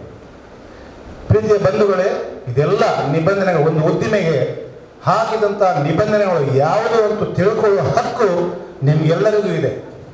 ಅದನ್ನು ಒಂದು ಉದ್ದಿಮೆಯನ್ನು ಸ್ಥಾಪನೆ ಮಾಡಿದಾಗ ಆ ಉದ್ದಿಮೆದಾರರಿಗೆ ಏನೆಲ್ಲ ನಿಬಂಧನೆಗಳು ನಿಯಮಗಳು ಪರಿಸರಕ್ಕಾಗಿ ಹಾಕಿದ್ದಾರೆ ಎಂಬುದನ್ನು ತಿಳ್ಕೊಳ್ಳಿಕ್ಕೆ ನಮ್ಮ ಮಾಲಿನ್ಯ ನಿಯಂತ್ರಣ ಮಂಡಳಿಯವರು ತಿಳಿದಾಗ ಅವರು ನಿಮಗೆ ಕೊಡಲಿಕ್ಕೆ ಅವರು ಯಾವಾಗಲೂ ತಯಾರಿರ್ತಾರೆ. ಹೀಗಿರುವಾಗ ಯಾವುದೇ ಉದ್ಯಮಿದಾರರು ಯಾವುದೋ ಒಂದು ಉದ್ದಿಮೆ ಅವರು ಪರಿಸರಕ್ಕೆ ಹಾನಿ ಮಾಡುವಂಥ ಯಾವುದೇ ನಿಯಮಗಳನ್ನು ಉಲ್ಲಂಘಿಸಿದಲ್ಲಿ ನಮ್ಮ ಮಾಲಿನ್ಯ ನಿಯಂತ್ರಣ ಮಂಡಳಿ ಆ ಉದ್ದಿಮೆಯನ್ನು ನಿಲ್ಲಿಸುವಂಥದ್ದು, ಅದನ್ನು ಮುಚ್ಚುವಂಥದ್ದು ಅಧಿಕಾರ ನಮಗೆ ಹೊಂದಿದೆ. ಇದೆಲ್ಲ ರಾಜ್ಯದ ಸರ್ಕಾರ, ಕೇಂದ್ರ ಸರ್ಕಾರ ಇದನ್ನು ಕಾನೂನು ಮುಖಾಂತರ ಮಾಡಿ ಇವತ್ತು ಎಲ್ಲ ಉದ್ಯಮದಾರರಿಗೆ ಸಾಮಾಜಿಕ ಜವಾಬ್ದಾರಿ ಅಡಿಯಲ್ಲಿ ಈ ಶಾಲೆಗಳಿಗಾಗಲಿ ಪರಿಸರಕ್ಕಾಗಿ ಅವರ ಕೊಡುಗೆಗಳನ್ನು ಕೊಡುವಂಥದ್ದು ಅವರಿಗೆ ನಿಯಮವನ್ನು ಹಾಕ್ತೀವಿ. ಹೀಗಿರುವಾಗ ತಮಗೆಲ್ಲ ಗೊತ್ತಿದೆ, ಈ ಬೃಹತ್ ಗಾತ್ರದ ಉದ್ಯಮದಾರರು ಅಂದರೆ ಕೆಂಪು ವರ್ಗದ ಉದ್ಯಮದಾರರು ಆಯಾ ಶಾಲೆಗಳಿಗೆ ಬಂದು ನಿಮಗೆ ಗಿಡಗಳು ನೆಡುವಂಥದ್ದು, ಕಂಪ್ಯೂಟರ್ಗಳನ್ನು ಕೊಡುವಂಥದ್ದು, ಮತ್ತೆಂಥವ್ರಿಗೆ ಕೊಡುವಂಥದ್ದು ಈ ನಿಯಮದ ಅಡಿಯಲ್ಲಿ ಕೊಡುತ್ತಾರೆ ವಿನಃ ಅವರ ಲಾಭದಲ್ಲಿ ಖಂಡಿತ ಕೊಡ್ತಾ ಇಲ್ಲ. ಲಾಭದ ಅಂಶದ 1-2% ಈ ಸಾಮಾಜಿಕ ಜವಾಬ್ದಾರಿಯಲ್ಲಿ ಎಲ್ಲ ಪರಿಸರಕ್ಕೆ ಉಚಿತವಾಗಿ ಕೊಡುವಂಥದ್ದು ಅವರಿಗೆ ಜವಾಬ್ದಾರಿ ಕೊಟ್ಟಾಗ ಇಂಥೆಲ್ಲ ಕಾರ್ಯಕ್ರಮಗಳು ಬರಲಿಕ್ಕೆ ಸಾಧ್ಯವಾಗ್ತದೆ.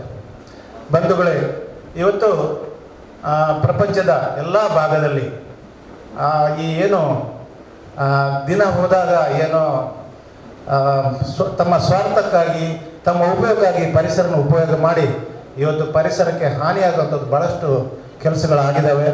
ಅದನ್ನು ನಿಯಂತ್ರಿಸಲು ನಾವು ಎಲ್ಲರೂ ಸೇರಿ ಜೊತೆಯಾಗಿ ವಿಶೇಷ ವಿದ್ಯಾರ್ಥಿಗಳು ಹಾಗೂ ನಾಗರಿಕರು ಅದನ್ನು ನಿಯಂತ್ರಿಸಲು ಎಲ್ಲರ ಸಹಕಾರ ಇದ್ದಾಗ ಮಾತ್ರ ಈ ಪರಿಸರ ಉತ್ತಮ ಪರಿಸರ ನಿರ್ಮಾಣವಾಗಲು ಸಹಕಾರಿಯಾಗ್ತದೆ. ಜೊತೆಗೆ ಯಾರಾದರೂ ಉಲ್ಲಂಘನೆ ಮಾಡಿದಲ್ಲಿ ಅದನ್ನು ಬೆರಳು ತೋರಿಸಿ ನೀವು ತಪ್ಪು ಮಾಡ್ತಾ ಇದ್ದೀರಾ, ನೀವು ನಿಮ್ಮ ನಿಬಂಧನೆಯನ್ನು ಉಲ್ಲಂಘಿಸ್ತಾ ಇದ್ದೀರಾ ಅಂತ ಹೇಳಿಕೊಳ್ಳಲಿಕ್ಕೆ ನಿಮಗೆ ವಿಶೇಷವಾಗಿ ವಿದ್ಯಾರ್ಥಿಗಳಿಗೆ ಹಕ್ಕು ಜಾಸ್ತಿ ತಿಳಿಯಲು ನಿಮಗೆ ಅವಕಾಶ ಇರ್ತದೆ. ಈ ನಿಟ್ಟಿನಲ್ಲಿ ಎಲ್ಲರೂ ಜೊತೆ ಸೇರಿ ಈ ಪರಿಸರಕ್ಕೆ ಹಾನಿಯಾಗುವಂಥ ಯಾವುದೇ ಚಟುವಟಿಕೆಗಳು ಆಗದಂತೆ ತಡೆಗಟ್ಟಲು ನಾವೆಲ್ಲ ಜೊತೆಯಾಗಿ ಸೇರೋಣ. ಉತ್ತಮ ಪರಿಸರವಿದ್ದಾಗ ಈಗ ತಾನೇ ನಾವು ಕೇಳ್ತಾ ಇದ್ದೇವೆ, ವಿಶೇಷವಾಗಿ ಕೊರೋನಾ ವೈರಸ್ ನಮಗೆ ಏನೋ ನಾವು ಒಳ್ಳೆಯ ವಾತಾವರಣದಲ್ಲಿದ್ದೇವೆ, ನಾವು ಮಾಧ್ಯಮದ ಮುಖಾಂತರ ತಿಳ್ತಾ ಇದ್ದೇವೆ. ನಮ್ಮ ಭಾಗಕ್ಕೆ ಕೊರೋನಾ ವೈರಸ್ ಬಂದಾಗ ಅದು ನಮ್ಮ ಪರಿಸರಕ್ಕೆ ಅದು ಬೆಳೆಯಲು ಅದು ಬಿಡಲ್ಲ. ಅಂದರೆ ನಾವು ಒಳ್ಳೆಯ ವಾತಾವರಣದಲ್ಲಿ ಇದ್ದೇವೆ, ಅದೊಂದು ಸಂತೋಷ ಪಡಬೇಕು. ಏನೋ ಪಾಶ್ಚಾತ್ಯ ದೇಶಗಳಲ್ಲಿ ಮುಂದುವರೆದ ದೇಶಗಳು ಇವತ್ತು ಭಯಂಕರ ವಿಶೇಷವಾಗಿ ಇಂಥ ವೈರಸ್ನಿಂದಾಗಿ ತೊಂದರೆಗೀಡಾಗಿದ್ದಾರೆ. ನಮ್ಮ ದೇಶ ವಿಶೇಷವಾಗಿ ನಮ್ಮ ಕರಾವಳಿ ಭಾಗ ಭಾಳಷ್ಟು ಸುಭದ್ರವಾಗಿ ಇದೆ ಎಂಬುದಕ್ಕೆ ನಮಗೆ ಸಂತೋಷ. ಕಾರಣ ಇಷ್ಟೇ, ಒಳ್ಳೆಯ ವಾತಾವರಣ, ಉತ್ತಮ ಗಾಳಿ ಬೆಳಕು ಸದ್ಯದ ಮಟ್ಟಿಗೆ ಇದೆ. ಇದನ್ನು ಉಳಿಸ್ಕೊಳ್ಳಲಿಕ್ಕೆ ಇನ್ನಷ್ಟು ನಾವೆಲ್ಲ ಪ್ರಯತ್ನ ಪಡೋಣ. ಅಂಕುಡೊಂಕುಗಳನ್ನು ತಿದ್ದುವಲ್ಲಿ ಮಾತ್ರವಲ್ಲ, ಸಂಘ ಸಂಸ್ಥೆಗಳಾಗಲಿ ಯಾವುದೇ ವ್ಯಕ್ತಿಗಳು ಉತ್ತಮ ಕಾರ್ಯಗಳನ್ನು ಮಾಡುವುದನ್ನು ಗುರುತಿಸುವಲ್ಲಿಯೂ ಮಾಧ್ಯಮದ ಪಾತ್ರ ಬಹಳಷ್ಟಿದೆ. ನಿಮ್ಮದೇ ಊರಿನ ಹಾಜಪ್ಪರವರನ್ನು ಗುರುತಿಸಿದ್ದು ಕೂಡ ಮಾಧ್ಯಮವೇ. ಪದ್ಮಭೂಷಣ ಪ್ರಶಸ್ತಿ ಅವರಿಗೆ ಸಿಗಲಿಕ್ಕೆ ಕಾರಣ ಆ ಮಾಧ್ಯಮದ ಮೂಲಕ ಅವರನ್ನು ಬಿಂಬಿಸುವ ಮೂಲಕ. ಅದೇ ರೀತಿ ಯಾವುದೇ ಕ್ಷೇತ್ರದಲ್ಲಿ ಶೈಕ್ಷಣಿಕವಾಗಲಿ, ಸಾಮಾಜಿಕವಾಗಲಿ, ಅಥವಾ ರಾಜಕೀಯವಾಗಲಿ, ಅಥವಾ ಕ್ರೀಡಾ ಕ್ಷೇತ್ರ, ಪ್ರತಿಯೊಂದು ವಿಭಾಗಗಳಲ್ಲಿಯೂ ಆ ಸಮಾಜದಲ್ಲಿ ಯಾರು ಅರ್ಹ ವ್ಯಕ್ತಿಗಳಿದ್ದಾರೆ ಅಥವಾ ನ್ಯೂನತೆಗಳೇನು ಇದನ್ನು ಗುರುತಿಸುವ ಮೂಲಕ ಪತ್ರಿಕಾ ರಂಗವು ಸಮಾಜದ ಸೇವೆಯನ್ನು ಮಾಡ್ತಾ ಇದೆ. ಇಂದು ಈ ನಿಟ್ಟಿನಲ್ಲಿ ನಾವು ಶ್ರೀನಿವಾಸ್ ನಾಯ್ಕ್ ಇಂಡಾಜಿಯವರ ಆಡಳಿತಕ್ಕೆ ಬಂದ ಹೊಸ ಮಂಡಳಿಯವರು ಹಲವಾರು ಕಾರ್ಯಕ್ರಮಗಳನ್ನು ಹಮ್ಮಿಕೊಂಡಿದ್ದೇವೆ. ಇದರಲ್ಲಿ ಮುಖ್ಯವಾಗಿ ಬ್ರ್ಯಾಂಡ್ ಮಂಗಳೂರು ನಮ್ಮ ಒಂದು ದೊಡ್ಡ ಕಾರ್ಯಕ್ರಮ.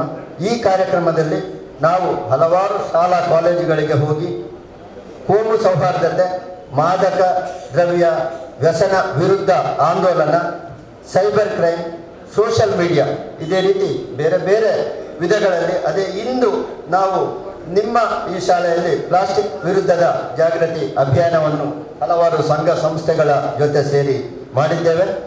ನಾವು ಈಗಾಗಲೇ ಹೇಳಿದಂತೆ ಹಲವಾರು ಶಾಲಾ ಕಾಲೇಜುಗಳಿಗೆ ನಾವು ಭೇಟಿ ನೀಡಿದ್ದೇವೆ, ಇಂಥ ಕಾರ್ಯಕ್ರಮಗಳನ್ನು ಮಾಡಿದ್ದೇವೆ. ಇಂದು ನೀವು ಬಹಳಷ್ಟು ಶಿಸ್ತುಬದ್ಧವಾಗಿ ಈ ಕಾರ್ಯಕ್ರಮದಲ್ಲಿ ತೊಡಗಿಸಿಕೊಂಡ ಭವ್ಯ ಭಾರತದ ಭಾವಿ ಪ್ರಜೆಗಳಾದ ಎಲ್ಲ ವಿದ್ಯಾರ್ಥಿಗಳಿಗೆ ನಾನು ಪ್ರಪ್ರಥಮವಾಗಿ ಧನ್ಯವಾದಗಳನ್ನು ಕೊಡ್ತಾ ಇದ್ದೇನೆ.